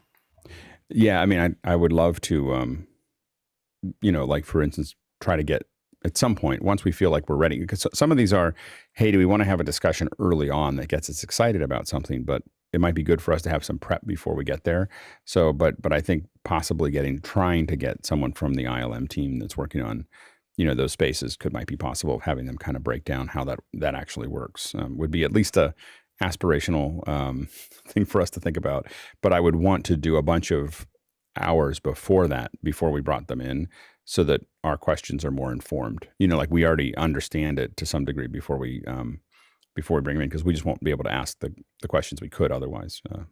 Next question or suggestion? Yeah, the next suggestion group has 3 actually, and it's Fred Eric Eckert in Bad Herrenab, Germany. Says complete workflow. The first one, complete workflow for high-end 2D graphics, lower thirds, animated backgrounds, and so forth. The second is creating Lottie files with Cavalry, and for use in SPX. And finally, input with key and fill for Blackmagic Ultra Studio into an Atem Extreme. Yeah, I think that's a great collection, and that's probably 3 or 4 different, groups of things to do. So I think that makes total sense, and I think that the Cavalry is something we should just bring the Cavalry team in to talk about what it does. I think that as we start to work on it, bring in the Cavalry. It's such a. I wonder if we can get a trumpet for them when they show up. And then really understanding, again, I think this is the place where we did do some of this in video in the past, but we really focus on just graphics, within this day that we're kind of working on there. Let's go to the next question or suggestion. Sure. It comes from Juan C. Robles in Mexico, and he says, will it be labs associated with the topics on Wednesday? And if so, could it be a good idea to pick a project in which we work during the labs? Yeah, I mean, yes, I think eventually what we want to do is have labs connected to many of the second hours. So this would be definitely one that's a good example, but as many as we could have different labs that are dealing with, we're going to talk about something on a second hour. Now, not all second hours make sense for this, but I could imagine that any 2 or 3 a week could have a related lab that digs deeper into what people are interested in. Go ahead, Chris. Yeah, was the last time they did a actual lab like this when Nick did his Unreal? I know you guys do the Isadora thing, but that's like an after hours. We did it. Yeah, we did it on Saturdays, and I think that I'd like to bring that back in. I think that we were really challenged with getting critical mass of people actually doing the stuff together in the labs and generated enough questions. It might not have been the right timing. So and so we were trying to kind of figure that out. So there's a little bit of a and that's one of the reasons I'm backing up and using a day to try to both attract people and figure out who's where, is to set something up so that we can go back to those Unreal discussions and reach what we would consider critical mass, because that's for us that everything is around critical mass. Yeah, go ahead, Chris. Yeah, I wonder if we could do the person who's going to do the lab. I wonder if they could come up with like maybe 3 or 4 options, and then those could be voted on. And then that way, the people who voted on them, or even the people who didn't, could go, okay, well, that's something I'd like to incorporate into my Yeah, it would whatever. just have And to have that a lot would- of votes. It would gain. You might get a bigger crowd Yeah. though. We might. And the problem is that a lot of times we're voting and we voted. We get 10 or 15 is a good vote right now. And that doesn't tell us enough about because we need to figure out a way to get to 100 people, for a lab to really kind of zing, or at least 50 or 60. And so that's the process that we have to there's a kind of a chicken or egg thing there. Go ahead, Sky. Yeah, I'm riffing on the concept of project per project versus the theoretical of just doing it for the exercise, which I value and appreciate. But on the project side of things, there's a case when you need to make a decision of which of the different styles, which of the different solutions have been produced for that project. So we've got a couple of projects coming up that, again, I've been a guinea pig before. Right. Yeah. So, and it may be that we're aggregating. Again, I'm looking at, rather than worrying about where I'm going to go with labs immediately, is really just having second hour so we can discuss it. That's why I wanted to move it into the second hours, because the labs by themselves, it was hard to kind of collect that process. And so backing up and having second hours now is going to let us aggregate more people, get more interest, build that up, because it's a really important part of what we do. Whether all of us do it or not, we need more people in our community that are interested in this, because it's going to be something that when we're doing a project like Belfast Method or Mobley Process or the Todd Reynolds experience, all of those things are things that we that would benefit from someone on the team that knew 3D, and that's the thing that we want to try to figure out, is how do we get to that place. And we just in past spins of it, we just haven't really, it hasn't, the tracks haven't really engaged, as much as we'd like to. So that's what we're trying to figure out. Next question or suggestion. Next one comes up from John Snyder in Reno, Nevada. Topic idea: animation for non-animators. What information is good to know so that we can be conversant with that industry? Yeah, and I think that that's a big piece of it, is just understanding. I think that a lot of times we have to get to a point where you may watch a second hour on Wednesday and not necessarily think, this is what I'm going to do. But it's more of you understand at least what you're talking about, like fillets, or saying the edges, and being able to be conversant, in that process would be useful. Hey, Alex. Yeah, go ahead. And Nick, are you on the back end? Sorry, Do we have you I'm on still the back waiting end? for. Yeah, I'm you're waiting for panelist access. Yeah. Oh, got it. Okay, I'll sort that out. Go ahead, Nick. Sorry I'll about that. sort it for you. But yeah, it could be having a session that's just like an overview of, doing previs with Unreal or creating USDZ with photogrammetry, without the intent of the audience necessarily running out and actually doing it right away, but just an overview of the process, the terminology, what is a keyframe, what's an ease in, what's an ease out, and how do we manage that in various tools, whether it's After Effects or others, and so motion, etc. So that was incidentally when I did the Tribeca program with Epic, and we worked with film directors who had never used 3D whatsoever.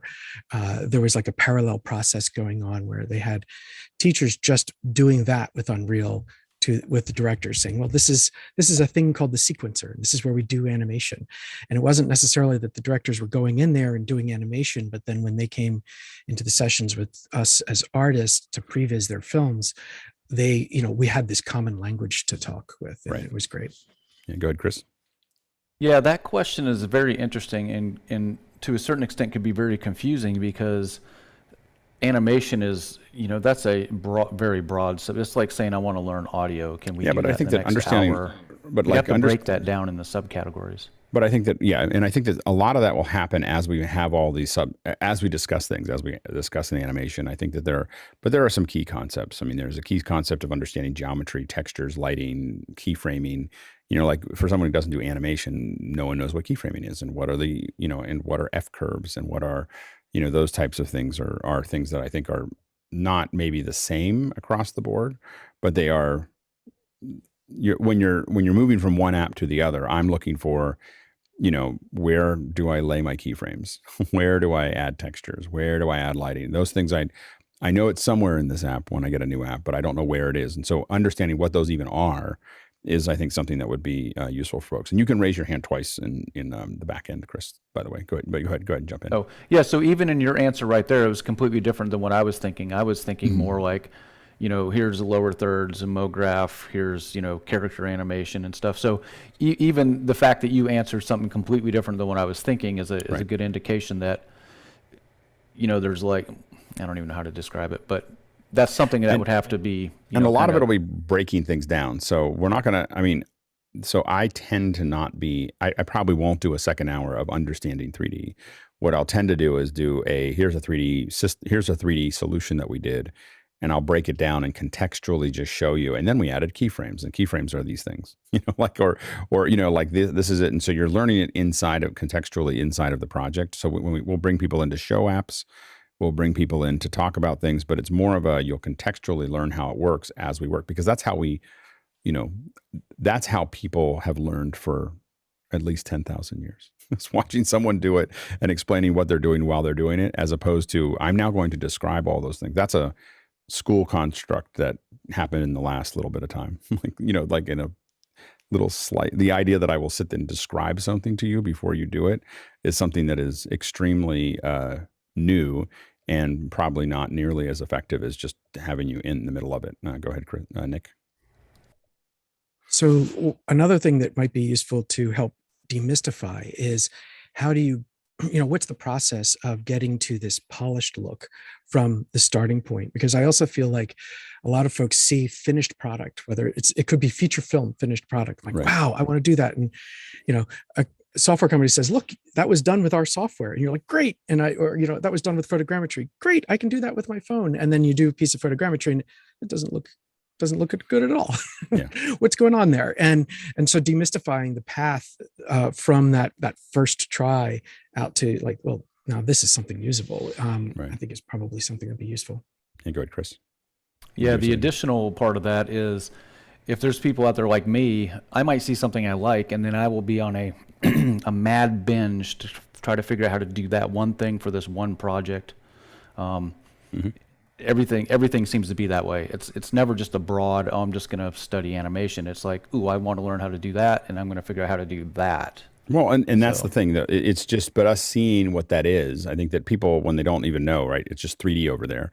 And when they see it and they go, oh, the idea is to create those hooks where they go, oh, I'm going to show people how to use motion to build 3D countdown clocks, because I love 3D countdown clocks. It's just like my thing, mostly because I built so many countdown clocks in 2D.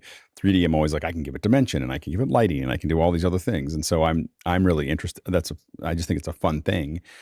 And it also allows me to stand way out when I do them, because clients, if they go to anywhere else, almost nobody knows how to do that, which, I'm going to show all of you how to do that, but it's a way to stand out, because clients don't understand how that would be easy, and it takes no time. I can show someone how to do it in 10 minutes. And so, in motion, in other things, it's harder. So anyway, the point is that I think that we'll teach people how to do that, and suddenly a lot of people in our group will start to build 3D countdown clocks for their shows. And then a lot of them will get good at it and show us things about how they've now figured out how to do something new and zany with that process. And so the idea, though, is, or they'll see us how to create USDZ. Like, one thing that people don't know is that you can go up to the Smithsonian and they have hundreds and hundreds and hundreds of 3D objects. You can download them, and some of them are already in USDZ, but other ones are in OBJ. And in about 5 minutes, convert those objects to USDZ and use them in your class projects, or your teaching projects, or your actually anything. I think technically we own them as citizens because we paid for them.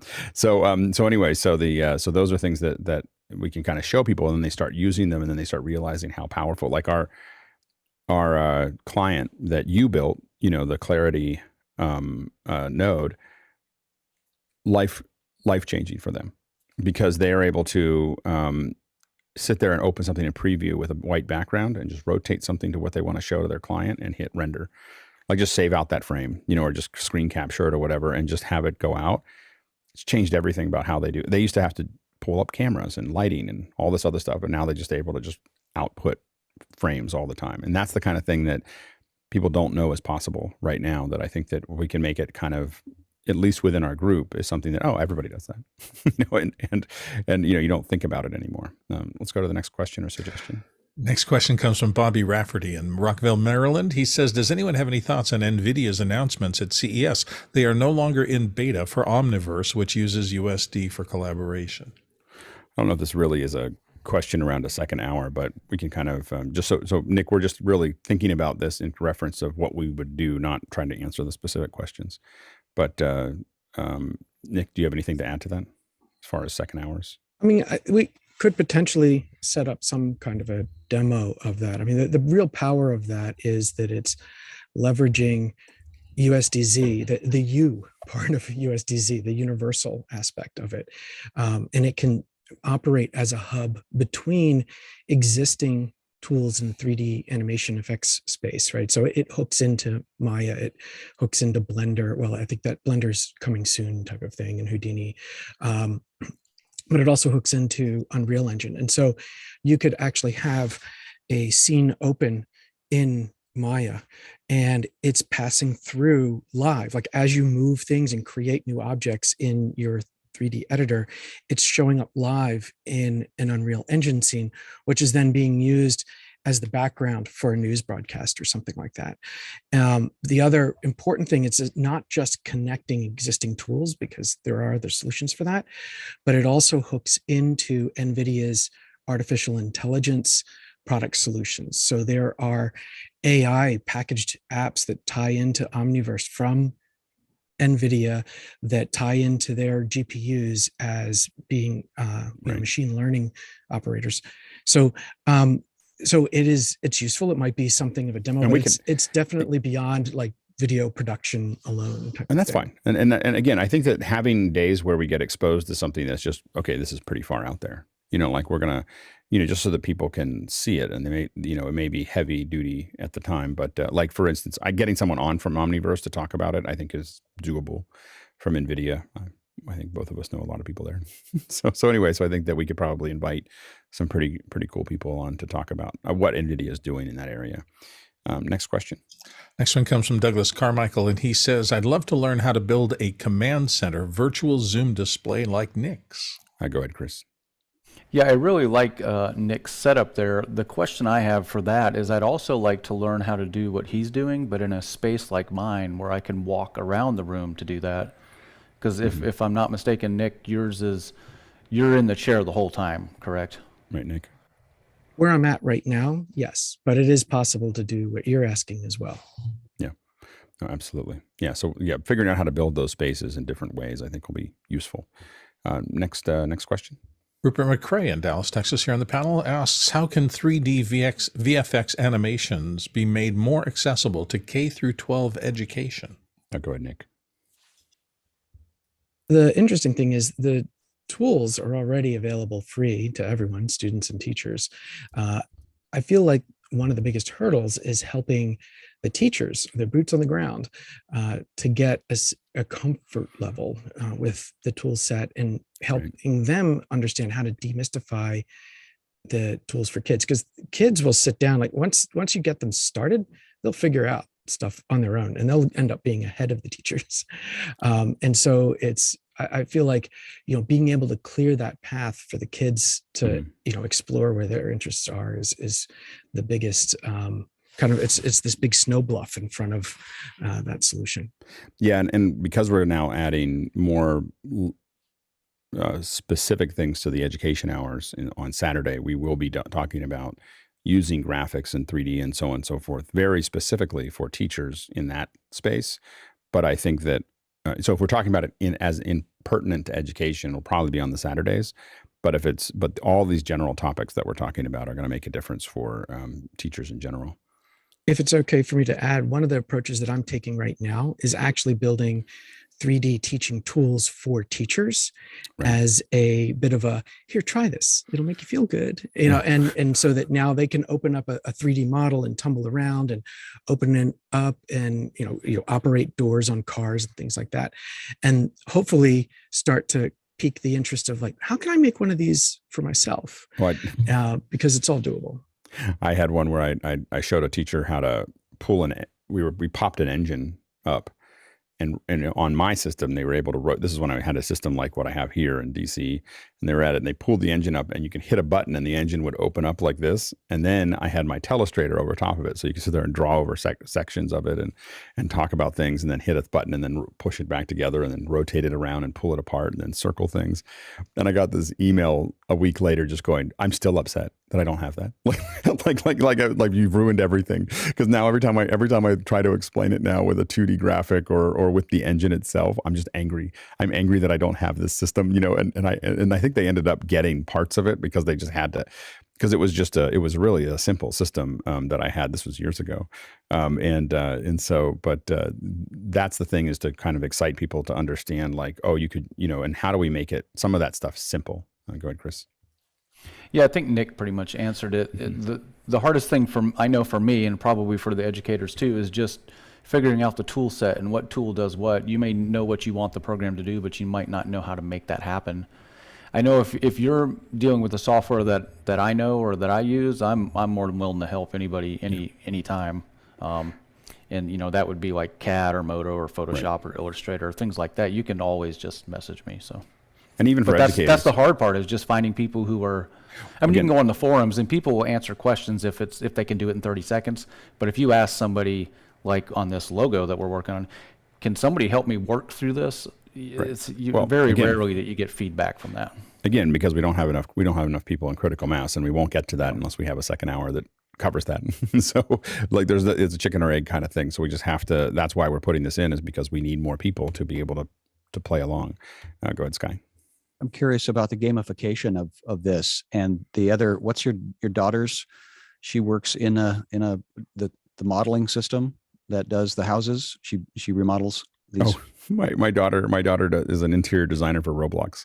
So she's like she gets paid in Robux, and she literally just goes up and says, I can design stuff. People hire her with Robux to go and design her, like to make their house look nicer inside of Roblox. And so, yeah. Well, and that's where I'm seeing, what's the blocks one that you can build things in Minecraft.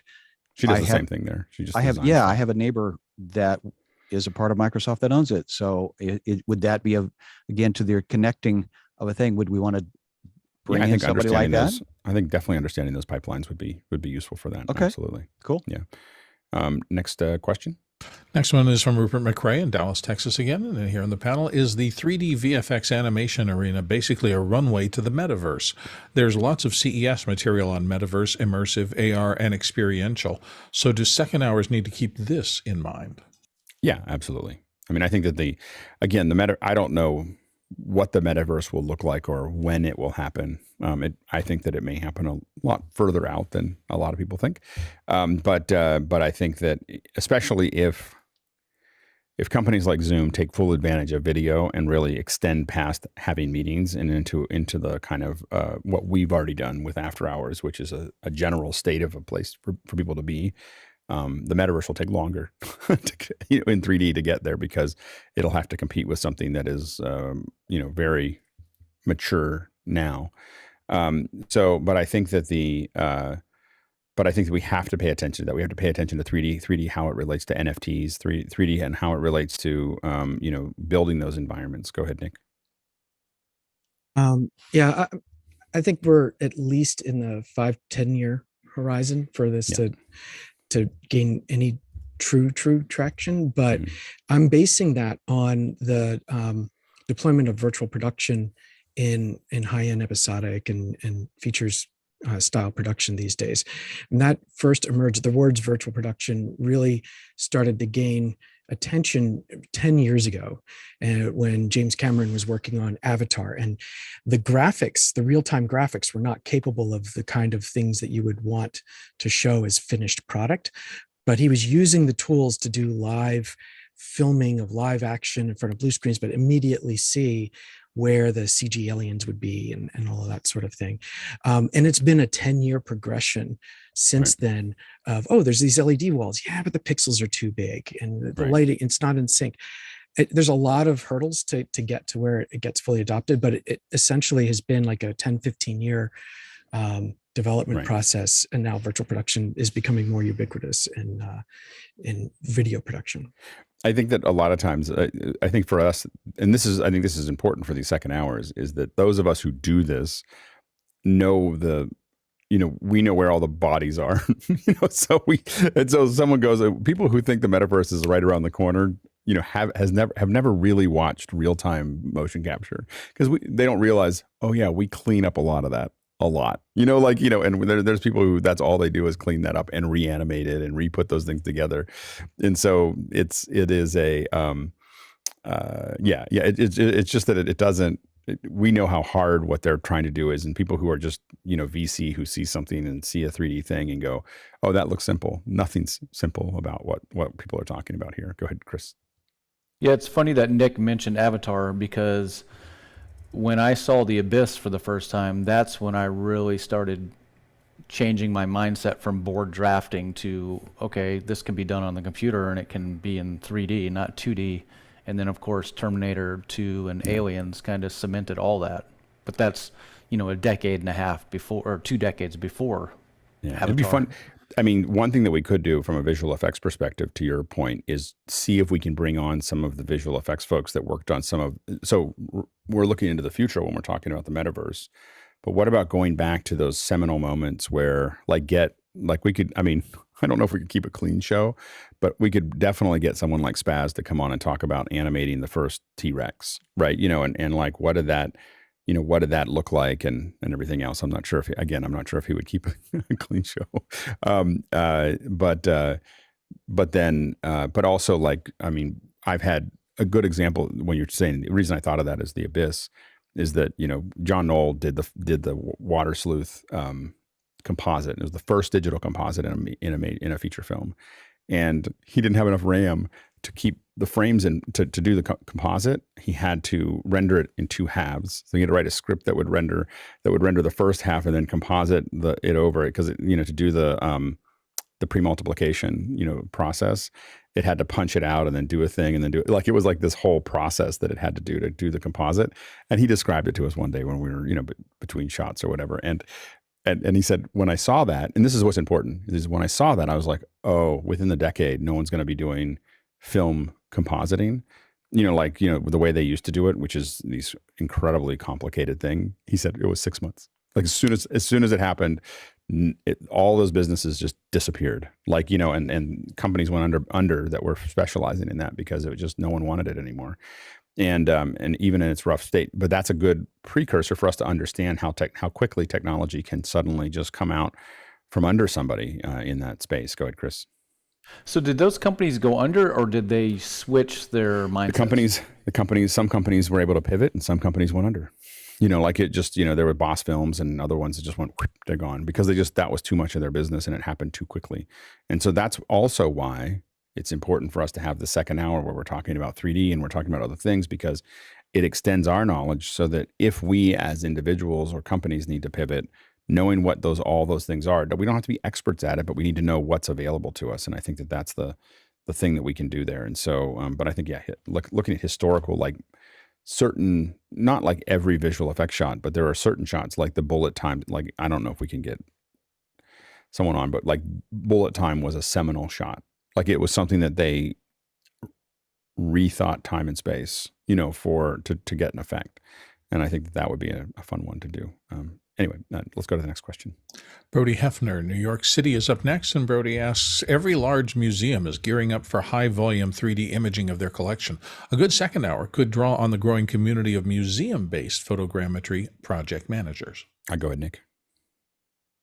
Yeah, absolutely. I've been working with a few different, museums and botanical garden spaces and things like that, and this is particularly interesting for institutions that are thinking about this and trying to figure out how do you scale, right? So that, doing photogrammetry or LiDAR scan of a sneaker is not a big deal. Doing a collection of thousands of objects, and those objects are insects with translucent wings, that's a whole different problem set that needs to be solved. Yeah, absolutely. Chris? Yeah, something I'd be interested in exploring if we did a second hour on this is the cleanup time that it takes from the photogrammetry or the LiDAR, because I've tried a couple of these with the iPhone app, and it's from somebody who does, NURB-based modeling where everything's very precise. Everything looks so like I could never show that to a client. I wouldn't get a job. So I'm interested in what level of precision, does the museum require, and how much cleanup, and this expression of retopo is becoming my best friend lately. So I'm just wondering, when you guys shoot something on your phone and you bring it in, that's not the end result, is it? Well, these museums are not using phones, so they're using. The vast majority of them are using very high resolution photogrammetry. They're not using even LiDAR. Some of them are. But most of them are. Most of the ones that we're talking to are using purely photographic systems. With what you do is you can have some things that will let you standardize that process so that they can get proper scale and so on and so forth out of them. But they're using only photographs. And so, but talking through that, to your point, is that where does structured light or LiDAR end, and where does unstructured light or photogrammetry begin? And that's different for every project, because there are each one of those. Like one of the ones that we could probably do is Fred Fikert and I. Fred's one of the top surveyors in the world, and he and I built a 3D model of a golf course. My family has a golf course, and so built this 3D model of a golf course. And the reason it was important that it was our golf course is because we had to disrupt everything all the time to do it. Like we're putting little flags down and doing other things while people are playing, and so you had to have someone understanding enough to let us do that. But we did that over a couple of days and got an incredibly high resolution and highly accurate thing over miles, a square mile or two of data. And so we can do that all the way down to, like, one of the things that I've been talking to people about is using electron microscopes to get multiple angles of an object, and then building 3D models of microscopic objects with an electron microscope is super interesting. Go ahead, Chris. Yeah. So on the scan you did of your golf course, that's an interesting study, because your level of detail and your tolerance is probably 1 to 2 to 3 inches, but on something like less than that. Finding something, something like this, if you're going to design that, you're talking thousandths of an inch. That's my question. Yeah. How does somebody like me from a very rigid, just 4 decimal places come into something like that? And what's amazing is that today, using things like reality capture or Metashape, or eventually the object capture stuff that Apple's doing, anybody can really do what we're doing. We're not, you can get that level of accuracy and that level of detail with. And that's the kind of thing that we're probably going to talk about photogrammetry or object capture once a month, because it is so part of, because it is something that we always joke that it used to be really complicated. Now you kind of wave your phone at something and you end up with a 3D model that you can put into Final Cut or in After Effects or something. As a video producer, people need to know what that pipeline looks like. Go ahead, David. I think too, just finding out some of the challenges, especially when dealing with museums and stuff like that, where there might be an installation that's permanent. How is it you even set up for something like that? Especially large scale ones. The ones that are smaller, you can put them on turntables and the capture is an hour or two or whatever, but the larger ones become more complicated. Go ahead, Nick. I was just going to say that I think some folks in DC, and so the Smithsonian, I'm sure, is really the authority in this space. And just thinking about our backgrounds in feature films, with digital effects being, how do you industrialize photoshopping a photo.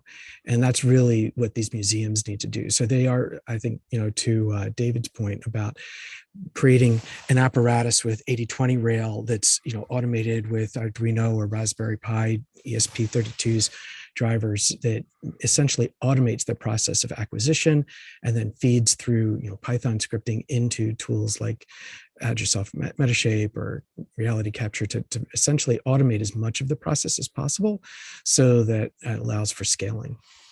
Yeah, and I think that when we think about this again in this area specifically, we have to remember that what we think of as books are going to change, and we're going to probably talk about that probably in this at some point, not monthly or whatever, but possibly once or twice. Is that the fundamental nature of a book is going to change over the next 5 years pretty dramatically, where we're adding 3D and video and everything else, and Pages, which can now publish out to that, already does a lot of that already. It's incorporated almost all the tools from the old iBooks, and I would expect to see a hard push from the owner of that group to push harder into just rather than trying to compete in ebooks is to change the entire ball field. That's an easier way to disrupt things than to try to compete with the already stakeholders. Chris? Yeah, my question, Nick, is kind of for you based on what you just said.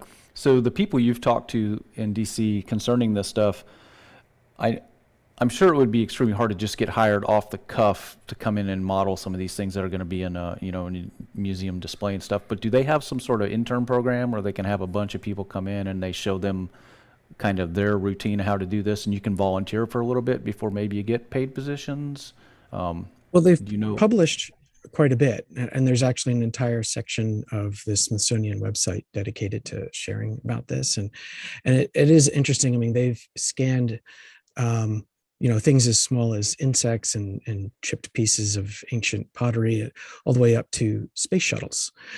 So there's a lot of knowledge in there, and their whole mission is to share that knowledge. So I would definitely explore, just even Google Smithsonian 3D photogrammetry resource and see if there's contact information you can reach out to. I haven't talked directly to many people other than in passing and at conferences, but I was actually prompting Alex to maybe reach out through his contact links and maybe see if we can get somebody in. I think we could probably get someone on from the Smithsonian to talk about their process. And again, I think that the most powerful thing there is for us to get people like that are using it to talk to us about it, to have us understand the context of what they're doing. And then all of us start doing challenges and process, because the best part of photogrammetry is everybody's got a phone, everybody's got a camera, and then I have lots and lots of data sets. So I have, I can just hand people, here's a collection of pictures that I took that I already know what that's going to turn out. I have we have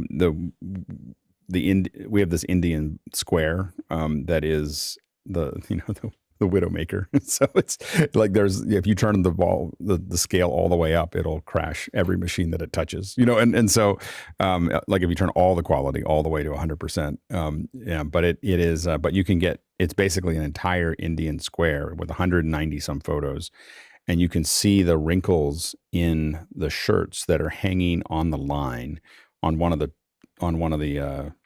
things. I mean, that's the kind of detail that we're pulling out of it from a series of photographs. And that was years ago with a camera that was even older than that. It wasn't anything specific. It was like a Canon Mark II that was already old when I used it to take those photos in Delhi. Go ahead, David. Were you going to say something? Oh, no. Let's go to the next question. Next question comes to us from Kyle Hammond in Chicago, Illinois. He says, in the same vein of division of labor, will there be someone doing an audio description or focusing on what we're seeing for visuals while we talk about all these visuals? I go ahead, Roscoe. I think you have to accept that some shows just aren't going to be good for the podcast visual. But then I thought about Laura, or someone who's visually impaired. It might be interesting if someone was just describing things as best as possible. We might all get something out of it. Yeah. And I think that a lot of times if we're talking about it contextually, you can still get a lot out of listening to it. And we're still talking through it. We're not going to stop and watch something specifically, but there definitely, in our business, there'll be things that'll be hard to pick up that way. Next question. Next one comes from Todd Rains in Allen, Texas. He says, discussions around when and where it's appropriate to show brands, logos, and those kinds of graphics in a show. Go ahead, Chris. Yeah, I'm not sure about Todd's specific example. This is something I'd be interested in, and this was a discussion that happened before Christmas because we had a guy at our company who was commenting on the videos that I do here. He was like, I need to have a hat that has a logo. I need to wear a shirt that has a logo. He wants a logo in the lower third, and he wants our logo on the wall behind me. And I'm like, that's too much. People aren't going to watch if it looks like a race car. No, absolutely. So I would be very interested in that second hour. Yeah, I just mean, to like show for instance, him. as a a good example is like something subtle is usually the best thing, and yeah, but talking through logo usage is probably a great second hour, for that process. Go ahead, Sky. Well, style and design are not necessarily what my job is about. It's helping please the client. And if the client wants a crew cut, sometimes you have to give the client the crew cut. That was the editor's response. But I'm actually kind of flipping the question in how is it possible to create the brand as a character in the show or in the content that you're creating, and where is the possibility of the monetization of that? And so, yes, there's ethical questions, there's style questions in this conversation, but there's also economic possibilities because product placement. If you watch the original Back to the Future, Pepsi's all over that thing, and so many other products. Well, and we all know that none of the bad people ever have iPhones. So we always know that's how people it's ruined a couple movies recently because people went, oh, that person has an Android. They're the ones that did it. And bad people don't drive Hondas either. Yeah. But I think understanding product placement is probably another one. But I think that just understanding the best use of logos and branding is probably definitely within what we're talking about. Next question.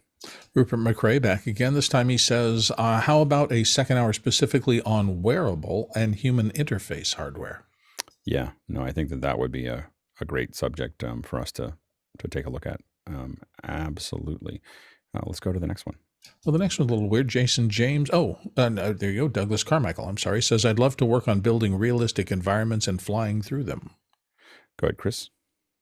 Yeah, Douglas, I had this same dream and such, and then I found a website called Kitbash 3D. And I stopped worrying about building that stuff, and I just started buying their environments. Now, I don't know, you'd still have to animate flying through them, and you still have to texture them. But if you haven't checked out Kitbash 3D, you should check it out. Well, but I think as we think about second hours, Kitbash should be a great one to bring on just to talk about their process of how. Yeah, I have a few things. questions for them. Yeah, go ahead, Nick. Nick, are you there? Sorry, my mute button couldn't get there. Unreal Engine is free, and on the marketplace is loads of free Kitbashable kits already. I think I've used the Virtual Studio, but there are urban environments, city environments, suburban homes, neighborhoods, and of course, all sorts of natural environments. We could certainly do any number of second hours on just how to Kitbash in Unreal, and it might be an actual low barrier to entry kind of way of playing around with it. Absolutely. Next question. Roscoe Jones in Brea, California says, Nick and others just explaining the latest in 3D VFX news and its importance to our industries. Yeah, and the goal there is that, again, the second hours oftentimes drive who is in the first hour, and who is in the first hour drives the questions of that day. When we do it well, and we did that for a little while with audio. It's definitely exactly what happens in education, and so the idea is that if we start having second hours that are bringing lots of 3D artists in, hopefully there'll be more 3D artists in the panel, and then we'll end up with more people to answer questions about 3D on Wednesdays. But the idea is, rather than, like, for instance, Nick trying to figure out what day he should show up, if schedule permits, he knows that Wednesday's the day to come to office hours for him, and Chris might have the same, they're here today and they haven't been for a long time in other areas. So but if we end up with 3 or 4 more people like that showing up, then it means that that's a great day if you have a question about 3D to come to the first hour as well. Next question. Claudia in Rome says, could a second hour based on computer vision markerless tracking for using on an augmented reality workflow? Yeah, I think that's a great suggestion. There's a lot happening in the markerless tracking as well as marker tracking, but without markerless tracking as far as having targets, but also around a variety of suits that just like accents suits that are there, and then of course, really truly just capturing data and doing tracking. So there's a lot of options there right now. So I think that motion capture is something we could definitely talk about at least once a quarter, to talk about how to grab human motion. And I think that, again, we could probably do labs where we get those kinds of things. Next question. Brian Anderson, hi Brian, in Silver Spring, Maryland, said, could there be a benefit to exploring how to do a project, say a simple lower third, in different software at various price points, complexity, and so forth, comparing the advantages of each? Go ahead, Chris. Yeah, this is something I would highly second, because one of the things I've noticed on this show or this panel is there's a lot of Final Cut users, there's some After Effects users, there's some DaVinci Resolve users, and it would be very beneficial to say, we're going to build a lower third, and this is how you would do it in this software. Now let's look at how to do it in this software. That would be great, because sometimes we get pigeonholed from the Mac community into just kind of looking at one software, and it kind of leaves out some of the other ones, and it'd be nice to see that across the board. Yeah, we've talked about it for years of doing what we tend to refer to as Rosetta projects. These ideas that we're going to build something in many different platforms so that we can talk about, because what that's really useful also for is that if you took something you already knew how to do in After Effects and then did it in Motion and Resolve, it helps you tie together understanding all those apps. Because now you know how this relates to this, relates to that. We used to joke that we could probably do 10 objects, 10 3D objects in 5 different 3D packages. And by the time you were done, you'd understand if you knew any one of them, you'd understand how all the other ones work. But we never got around to actually making it because it's hard. Go ahead, Nick. I was just going to say, it might be interesting to do something like when Office Hours worked on building out the Raspberry Pi computers, except that everybody is, an expert in their particular tool of choice, and everyone's doing the same project and just talking about, this is how I'm setting my keyframes, and it's different tools instead of everyone using the same tools. Yeah, that'd be really interesting. Yeah, that's a great lab. Next question. Douglas Carmichael's up next again. This time he says, with Weta's purchase of Unity, I think we should balance our hours between UE and Unity. This would be especially important for Mac users. Yeah, I mean, we'll definitely play with both of those platforms and pay attention to them. And it's not just that Weta bought them, but I think that there's a lot of we need to pay attention to both. We don't know which one's going to be the leader at this point. Next question. Douglas Carmichael's up next. Could you build a NIC-like command center with Unity, or would you need Unreal Engine? You'd definitely be able to do it in Unity as well.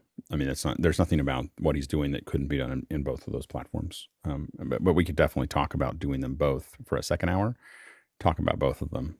And here's how you do it in Unity, and here's how to do it. The same kind of Rosetta Stone thing of taking the same assets and building those out. Next question.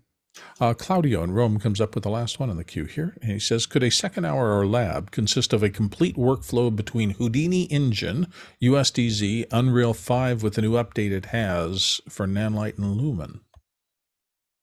Yeah, I think so. I think that, what we'd probably try to figure out how to do a shake and bake of that, where it's pretty quick, over 10 or 15 minutes of we use this product for this and we do this here. And that's where we're going to have to structure, here's a quick way to do it. We're going to answer a bunch of questions. And then later in the week, we're going to have a lab where people who were excited about that project, and this is what we're going to try to do in a lot of cases, is here's a quick overview and maybe even some movies that you can watch ahead of time. So maybe we do a short overview that we put on the Office Hours YouTube page or whatever.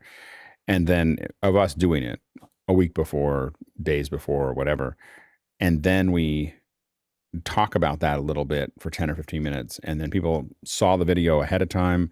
They watch that little overview. They ask a bunch of questions. And then there's a lab that lets people play with it, lets us all play with it over an hour or two to kind of, for those that are the most committed to that process. So I think those could be some interesting opportunities. Go ahead, Chris.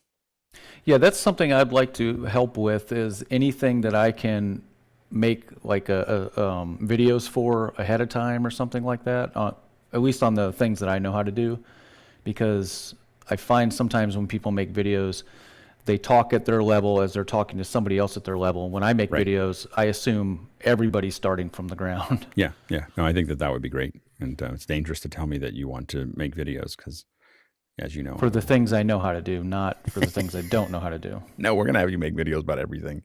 We're going to have, okay, Chris, show us how to make bread. All right. Of course, Chris might know how to make bread. Then that wouldn't help. Anyway. Go to the grocery store and you buy it. That's how to make peanut butter and jelly sandwiches. All right. Cool. That gives us that was a great brainstorm as far as that. And this week has been super useful, at least for me, as far as like really filling out ideas that we can not only look for the individual ideas for what we're going to do, but think about the trends that we want to cover from all of these suggestions and input. So really, really great work by the producers sending that stuff in. And also thanks, of course, to the panelists for a first hour of answering questions and a great second hour of discussing the opportunities here. A reminder that in about an hour, we're going to have, in after hours, we'll have a special guest. It's going to be talking about high-speed racing and media. So that's coming in about 54 minutes. And now I'm going to jump into after hours so we can get ready.